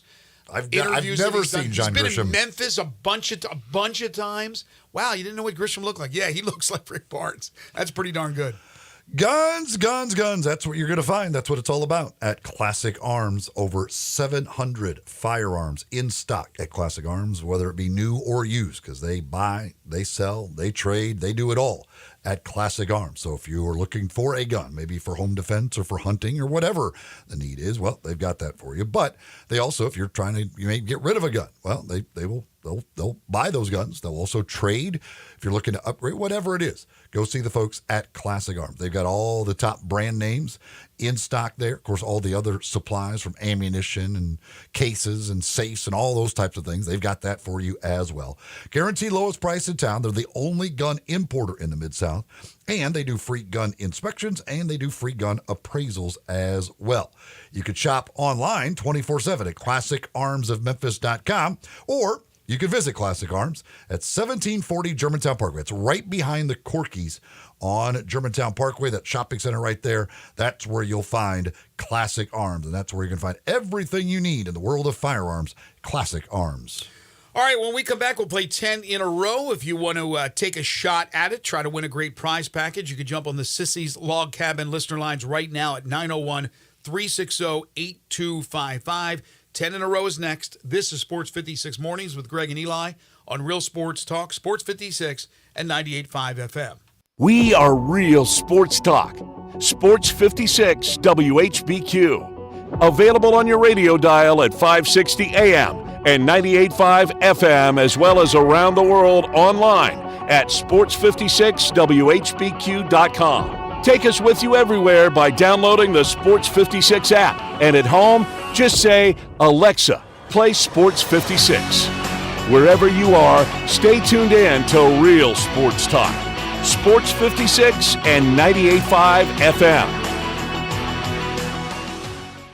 Hey Mid-South, it's springtime, so let's celebrate with the Gossett Mitsubishi Motor Spring Sales Event. Time to go spring breaking with 43 MPG Highway. Do it right with 2024 Mitsubishi Mirage. We Gossett for only $19,110 or $259 a month. Go your own way in style with 2024 Mitsubishi Eclipse Cross. We Gossett $30,150 or $449 a month. Or hit the road in 2024 Mitsubishi Outlander SE $36,165 or $399.99 a month. Plus, every Gossett Mitsubishi comes with Mitsubishi's 10-year, 100,000-mile powertrain limited warranty. That's Gossett Mitsubishi, 1870 Covington Pike, and 24/7 at MemphisMitsubishi.com. If you want it, we got it at Gossett Motor Cars. Lodge RH 06614, MSRP 1916, Eclipse RZO 32749, MSRP 30,650, Outlander RZO 12807, MSRP 36,165. Includes all rebates and incentives. PF 695 excludes tax title and license. See dealer for complete details. Offer valid through end of the month with approved credit. Dealer stock only. Genesis Diamonds came to Memphis to change the way people here buy diamonds. Response has been incredible, as our radical approach and no middleman markups have shown how other jewelers mark up their natural diamonds. And now we're showing you behind the curtain on lab-grown diamonds as well. For example, one major retailer is selling a pair of 5-carat round lab-grown diamond stud earrings for $18,000. Our price is just $8,900. That's less than half their price. Or their 3-carat lab-grown diamond earrings priced at $8,000, Genesis price $4,900. A savings of more than $3,000 with better quality diamonds. If they're charging this much on lab-grown diamonds, kind of makes you wonder what else they're selling at the same outrageous markup. But now you have a choice. At Genesis Diamonds, we guarantee to beat anyone else's price, and our other non-commissioned trusted advisors are here to give you all the information with details you can trust and the strongest warranties in America. Genesis Diamonds at Poplar and Perkins Extended. Getaway Sports Bar, the best kept secret in town, open noon to 1:30 a.m. 7 days a week. Garvin, the owner, created this SEC NFL Dream Bar over 20 years ago. You'll never miss a minute of action. 10 TVs, 5 70-inch TVs for all the big games. Rack them up on 6 pool tables. Coldest beer in town, grab you a pool stick and get you some good bar grub. 100% Angus burgers, big and moist chicken tenders. Daily happy hour Monday through Friday, 2 to 6 p.m. with long neck domestics, $2.25. Getaway Sports Bar, 4632 Winchester. Bartlett Small Engine has been serving quality power equipment since 1970. They have a full line of power equipment, parts, and services for most makes and models. Bartlett Small Engines has the best brands in the power tool industry, and they're all American made. Bartlett Small Engine is your can-do store. 6780 Summer Avenue. Call 901-386-9779. Bartlett Small Engine has free pickup and delivery both at your home and curbside for lawnmowers, blowers, edgers, and any small engine. Call 901-386-9779. Now back to Sports 56 Mornings. Good morning. On Sports 56 and 98.5 FM. Here once again, Greg Gaston and Eli Savoy. Welcome back, everyone. 9:32 is the time. Final half hour for us today here on Sports 56 Mornings. It's Friday. It's about that time, isn't it? Time for 10 in a row. Not 5, not 6, not 7, not 8, not 9, but 10 in a row. It's the game show that has swept the nation. It's 10 in a row, and it's brought to you by the Owner's Box Sports Bar and Grill in Lakeland, in the Lakeland Town Square. Today is a great opportunity, if you've never been to the Owner's Box, to check it out. Watch the games tonight in the Sweet 16, Major League Baseball games. Fantastic place to get together with friends and family, to enjoy great food and great drink. They got TVs all over the walls at the Owner's Box Sports Bar and Grill in Lakeland. They have all types of beers, taps all over the place, including non-alcoholic and local craft beers. In front of the wall, they got the full bar for all your other favorite beverages, including a full wine list and an upscale menu as well. They got lunch specials served from 11 to 3 every single day, including great wings, quesadillas, hot ham and cheese sliders, grilled chicken salads, club sandwiches, on and on and on and on. They got specials and events that they have at the Owner's Box from time to time. You have been looking for that special sports bar. You've looked at the wrong places if you haven't been to the Owner's Box Sports Bar and Grill, again, in the Lakeland Town Square. All right, the question today. NBA players this season who have made 150 or more three-point shots. Pretty simple. I'm not saying it's easy, but a pretty simple question. NBA players this season who have made 150 or more three-point shots. If you'd like to participate, you jump on the Sissy's Log Cabin listener lines right now. Don't delay. 901-360-8255. What are they playing for? We've got a $25 gift certificate to the Owner's Box. We've got a $25 gift certificate to Sunrise, along with a couple of Malco movie passes and a free haircut from Supercuts. Man, you can make it a day. You go over and grab breakfast at Sunrise. Then later this afternoon, early evening, you go over to the Owner's Box, grab some good eats and drink. In the meantime, in between, you can get your hair cut. And then you can say maybe later tonight or save it till tomorrow and go see a movie. So a great prize package for you. If you'd like to participate again, the Sissy's Log Cabin lines are open to you at 901-360-8255. NBA players this season who have made 150 or more three-point shots. As you try to Google and find the right answers, I would say just take a shot at it. Give it a shot, 360-8255, or the question will go away here sooner than later. Again, $25 to the owner's box, $25 to Sunrise, a couple of Malco movie passes, and a free haircut from Supercuts, all going to the winner of 10 in a row. 901-360-8255, 901-360-8255 to play 10 in a row and a chance to win that great prize package. As folks are calling in now, real quick, as we wait for everybody to dial in, yesterday on TNT, they had a debate about the NBA MVP this season. And Shaq comes to the conclusion, in his opinion, that it should be Shai Gilgeous-Alexander. And he talked about him having all these 30-point games. And while SGA should absolutely be in the conversation, there's no question. Look at Oklahoma City and what they're doing. But they've also had the benefit of Chet Holmgren playing, and he's had the benefit of Chet Holmgren playing this season. Remember, Chet was hurt last year. The combination of those guys, plus the other studs they have on their team, takes nothing away from SGA, but the Joker's the MVP. And I think we're starting to get to the point where we're taking the Joker for granted. The Joker, if he wanted to score 30 a game, could score 30 a game. He's an unbelievable passer. He's an unbelievable rebounder. Denver's right there again. You'd have to certainly talk about the Greek Freak. You'd have to talk about maybe Tatum would be in the conversation. Who am I missing? Embiid's hurt, so he wouldn't be. Doncic would be somebody you would consider. I don't think so with LeBron. But to me, Joker's the MVP, but SGA is certainly going to be right there as a finalist. I don't think he should win. I think it should be the Joker. Thoughts? I would be fine with either one of them winning it. Yeah, I wouldn't complain if it was SGA, but I think we're starting. Both are deserving. I think we're taking the Joker a little bit for granted. All right, here we go. Sissy's Log Cabin listener line. Still got a couple of open lines. 901-360-8255. We're playing 10 in a row. It's brought to you by the Owner's Box in Lakeland. NBA players this season who have made 150 or more three-point shots. Aaron is first. Hey, Aaron. Aaron, how are you? Hey. All right, how are you? Doing great. All right, here we go. Paul George. No.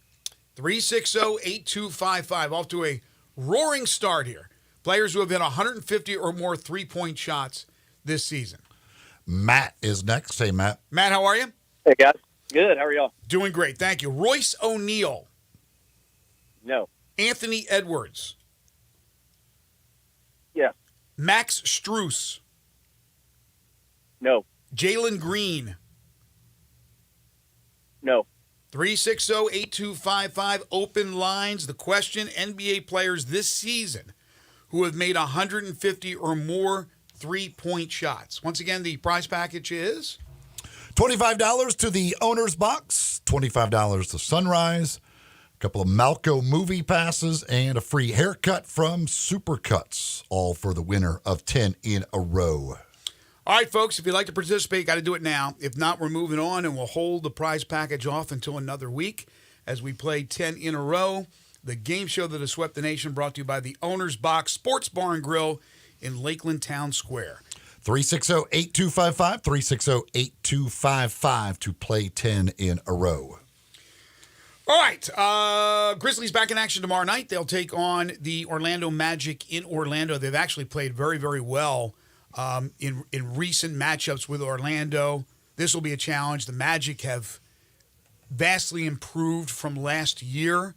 Another one of those young, strong nucleuses that if they stick together, plus other pieces that they'll add, will certainly be a formidable team in the East to challenge some of the big boys in future years, but certainly a challenge for Memphis as they play out the string. I would imagine, Eli, with the 2 days or 3 days between the game, when they play Wednesday? So you'd have Thursday, Friday off, Saturday. I would imagine BC will play again. I would think there's a good chance that he would. And on this road trip, they play every other day. I don't know how they'll handle that, but they play Saturday, Monday, Wednesday. So I don't know if maybe they give him Monday off in the middle of there. I don't know. We'll have to wait and see how they want to handle him and his return. JoJo is next up for 10. What's up, JoJo? What's up, fellas? Hey, was that, were you doing Coach O there? It was a little bit of Coach O. I didn't go full Coach O. All right, JoJo. I wanted JoJo to be able to understand me. Was it pretty close? It wasn't bad. He did all right there. NBA players this season who have made 150 or more three-point shots. Paul George. No. 360-8255. We've missed on Paul George several times now. Paul George is in the top 5. I'll just give you that. I don't think 2 is several. Okay. I say several a lot for 2, but a deuce, a duo, twins. Who's next? A couple times. Chris, what's up? Hey, Chris. Hey, what's going on, guys? Not too much. Here we go. NBA players this season who have made 150 or more three-point shots. Royce O'Neal. No. Anthony Edwards. Yes. Max Strus. Yes. 360-8255. Strus, after being acquired from Cleveland, not having the year he had last year with Miami. I'm surprised he doesn't have 153s though. Yeah, I would have said yes to. He's probably missed a few games. No, I would have guessed yes as well. But he's had a few injuries. He's missed a few games. Of course, you have on that team. I mean, he's close. he's really close. He's on the precipice, but just a little bit short. 360-8255. 360-8255. You want to play 10 in a row, try and win a great prize package. Get on the phone lines, 360-8255. The Sissy's Log Cabin listener lines. Chase is next. Hey, Chase. Hey. NBA players this season who have made 150 or more three-point shots. Paul George. No. 360-8255. I'm giving up now. Now we're getting towards several. Now we're several. That's 3. So we're including several for 3. I'd say a few. It's 3. I don't know where several starts. I'll just tell you this. 3. I'll go a few. We went from a couple to now a few. I'll just tell you this. We got a couple of minutes, and that's it. So 360-8255 if you'd like to play. NBA players this season who have made 150 or more three-point shots. I'll tell you this. Paul George is a yes. He's 5th in the league in 3 points made this season. He's having a great year. He's made 220 3-pointers. There was a guy on the Survivor this year who thought literally, because he even said it on there, he said he thought several meant 7. He's like, you said several, that's 7. And I'm like, what?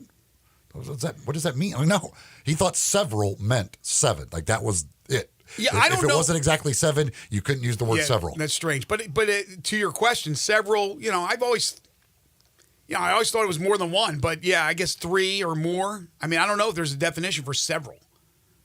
No, I don't think there's a hard definition. I mean, as long as it's more than 1. I go a couple that I would go to a few. I would say a several probably starts at about 5 for me. You're making something up. All right. Brandon, what's up? Hey, Brandon. What's up? All right, NBA players this season who have made 150 or more three-point shots. Royce O'Neal. No. Anthony Edwards. Yes. Max Strus. No. Jalen Green. No. 360-8255. What a year Jalen Green. He is on a heater right now. Next. Alex is next. Hey, Alex. Alex. How you guys doing? Doing well, thank you. Paul George. Yes. All right, we got it. Eric Gordon. No. Kyrie Irving. Alex still there? Eric Gordon. That was me. Alex? No. All right, here we go, Alex. Kyrie Irving. No? Is that your Yes. answer? Okay. Damian Lillard. Yes. Michael Porter Jr. No. 360-8255. Who's next? This could be the last one. Robert's up. What's up, Robert? Hey, Robert. Hey, how are y'all? Doing Good. well. Royce O'Neal. No. Anthony Edwards. Yes. Max Strus. Yes. 360-8255. If we get no callers in the next 30 seconds, I'm pulling the plug on this week, and we won't have a winner. I thought this question was fairly hard, but I know in this day and age of Googling things that people would get this thing right. But when we missed on Paul George 3 straight times, I knew we were in trouble. Genesis Diamonds, folks, if you've got a special occasion coming up and you're looking for a great piece of jewelry for a gift for that occasion, maybe you're thinking about getting engaged, well, don't buy anywhere else until you go check out Genesis Diamonds. When it comes to the top designers in the engagement ring, bridal ring world, well, they've got all of it. The top 10 designers out there, they've got every single one of them. They carry every single one of them. There aren't many stores around the world that can say that, but Genesis Diamonds, they are. And they've got a massive selection of diamonds with great prices to go with that great selection and great people there to help you. Not commission salespeople.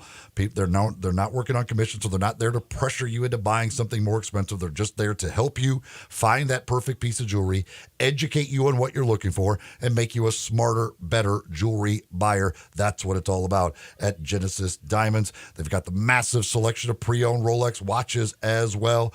All kinds of fine jewelry, those pre-owned Rolex watches, everything you need. You'll be blown away just like everybody else is when they go see the folks at Genesis Diamonds, Poplar and Perkins Extended. All right, we got these last two callers, and that is it. We'll see if we can get a winner out of either Mike or David. David, what's up? Hey, David, how are you? How's it going? All right, good. here we go. Royce O'Neal. No. Anthony Edwards. Yes. Max Strus. No. Jalen Green. Yes. Trey Young. Yes. Kyle Kuzma. Yes. 36082. Up. No more numbers. No more callers other than Mike. Mike, what's up? Last chance, Mike. Let's do it. Paul George. Yes. Eric Gordon. No. Kyrie Irving. Yes. No winner this week. Unfortunately, no winner. Steph Curry, 318. Luka Doncic, 244. Dante DiVincenzo, 239. Klay Thompson, 235. Paul George, 220. That's your top five. Think about Klay Thompson is still fourth. And he's come off the bench a lot of games this year. I think they recently installed him back into the starting lineup and inserted him. God, I wish the Grizzlies could have gotten Dante DiVincenzo. Man, he's good. All right, Eli, here we go. Paul George. Yes. Eric Gordon. No. Kyrie Irving. No. Damian Lillard. Yes. Michael Porter Jr. Yes. Kobe White. Ooh, I'm going to go no. It's a yes. Kevin Durant. Yes. That's a no. He's 147. D'Angelo Russell. Yes. Grayson Allen. Yes. Derek White. No. He's a yes. Other list. Royce O'Neal. No. Anthony Edwards. Yes. Max Strus. No. Jalen Green. Yes. Trey Young. Yes. Kyle Kuzma. Yes. Tyrese Halliburton. Yes. Duncan Robinson. No. He's a yes. Jason Tatum. Yes. I just told you about Klay Thompson. You know that one. So there you go. Unfortunately, no winner this week. That's 10 in a row. The game show that has swept the nation. It's brought to you by the Owner's Box Sports Bar and Grill in Lakeland Town Square. Go there today. Watch all the great NCAA tournament action and Major League Baseball as well. You're tuned in to Sports 56 Mornings with Greg and Eli on Real Sports Talk, Sports 56 and 98.5 FM. Add a little fun to your lunch break. Join Johnny Radio for Sports 56 Happy Hour from 11 to 1 every weekday on Sports 56 and 98.5 FM. Simple, smooth, and every sip as easy as the last. Tito's handmade vodka tastes just as good with tap water as it does with your favorite mixer. Back in the day, Tito distilled, hand bottled, taste tested, sent to a few friends, then taste tested again to give you the finest juice around. No frills, no flavors, no fancy labels, just the good stuff. Just Tito's. For recipes, videos, and more, visit Tito'sVodka.com. Distilled and bottled in Austin, Texas, 40% alcohol by volume, namely 80 proof, crafted to be savored responsibly. 5-Ash Roofing, it's what we do. Roofing and siding, gutters too. We're the pros you can trust to get it done right. Call on us. 5-Ash Roofing, the name to know. 5-Ash Roofing, the only way to go. 5-Ash Roofing, it's what we do. 5-Ash Roofing. Is that not the corniest thing you've ever heard? Can you believe I paid good money for that silly jingle? Well, the experts say make it memorable, and I think I got my money's worth. 5-Ash Roof Services, proud partner of the Memphis Tigers and the official roofer of the Tigers home team. 5Ash Roofing, 367-0050 or memphisroofer.com. 367-0050 or memphisroofer.com. 5Ash Roofing, it's what we do. We're here for you. It's time to discover your new Kia at Gossett Kia on the Pike. And there's never been a better time to drive off in your new Kia. Make it happen today in a 2024 Kia Forte LXS. 41 MPG, $219 a month. How about sporty 2024 Kia Sportage LX? We Gossett $289 a month, both $34.99 to its signing. And get rugged in 2024 Kia Telluride LX. $429 a month, $39.99 to its signing, all 36-month lease. So call Bobby J to put you in a new Kia today. That's Gossett Kia, 1900 Covington Pike, or online anytime at KiaCovingtonPike.com. If you want it, we got it at Gossett Motor Cars. All 650 acquisition fee, 30,000 miles per year, 20 cents excess mileage. Forte RE72, $39.85, MSRP $22,320. Sportage R7, $24,7640, MSRP $29,635. Telluride RG $49,9963, MSRP $41,005. Includes all rebates and incentives. Must finance through Hyundai. Excludes tax on a license with approved credit. See dealer for complete details. Offer valid through 4/1/2024. Dealer stock only. Hi, fellas. I'm Bill Russell at Russell Brothers Fine Jewelers, and I want you to know a little bit about Russell Brothers. First of all, we've been in business since 1985 in the same building at 4646 Poplar. That's hard-earned stability. Secondly, we're a full-service jeweler. Yes, we have beautiful jewelry that will thrill your special lady on any occasion, but we also offer the finest jewelry and watch repair services performed by some of the best craftsmen in Memphis. From a simple battery installation to a complete custom remake of a beautiful vintage piece of jewelry, we are experts at helping you take care of your prized possessions. If you have a piece of jewelry that's been in your family for years, you're not sure of its value, we provide appraisal services for insurance, for estates, or just if you want to know what you've got. Beauty, quality, value, and service. You'll find it all at Russell Brothers Fine Jewelers, 4646 Poplar at Perkins.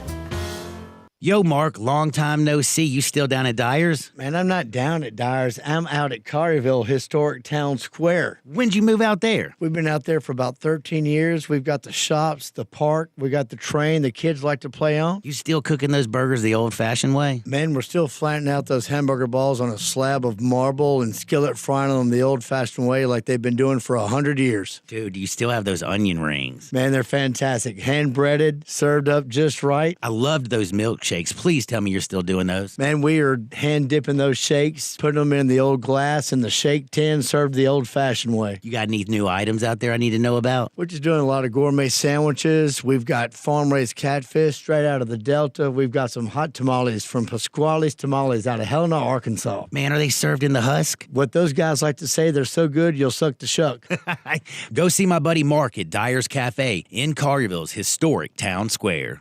Hello, Memphians. Wake up each and every Tuesday morning weekly to Cup Club Early Morning Show. Cup Club Early Morning Show each and every Tuesday morning weekly, 6 a.m. to 7 a.m. right here on AM 56. Hosted by former Arkansas State Red Wolves Hall of Fame fullback Ricky Jemison.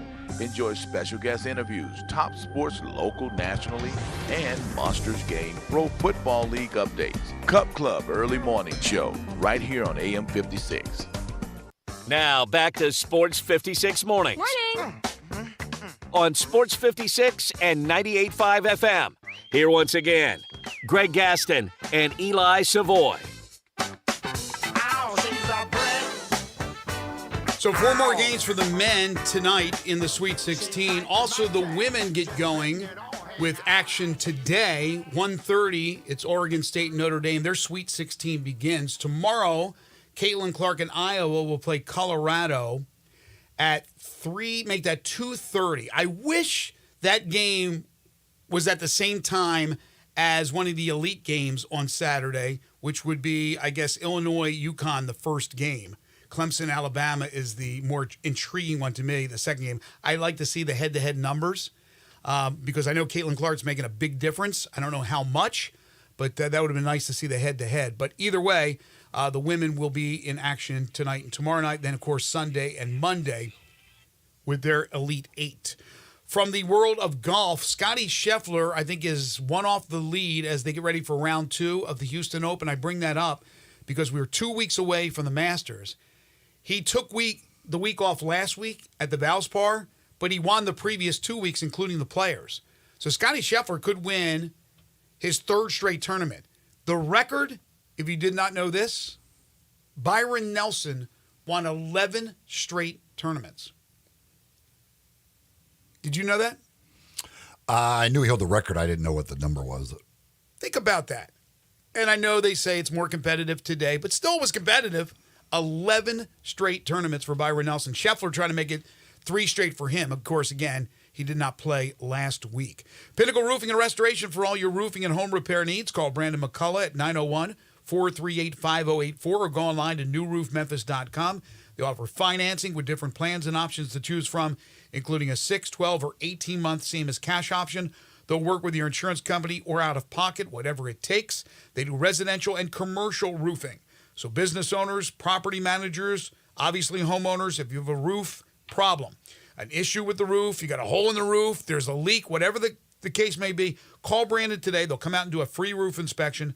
They are licensed, bonded, and insured, and a member of the Better Business Bureau. You get a 5-year labor warranty on the purchase of a new roof and all their work around the home.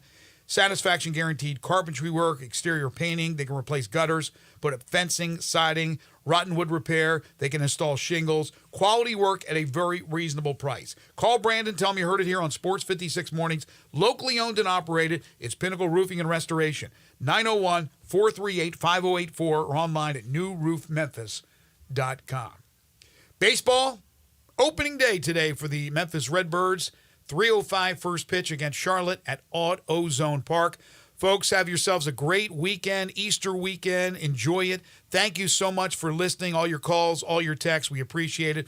Big thanks and a shout-out to our guests today, John Varlas, Ben Johnson, the coach of the Memphis Redbirds, and Brandon Lang. Again, we're back on Monday. Wolo and Friends on Sports 56 is coming up next. For Eli Savoy and for Zach Boyd, I'm Greg Gaston. Have a great weekend, everyone. Believe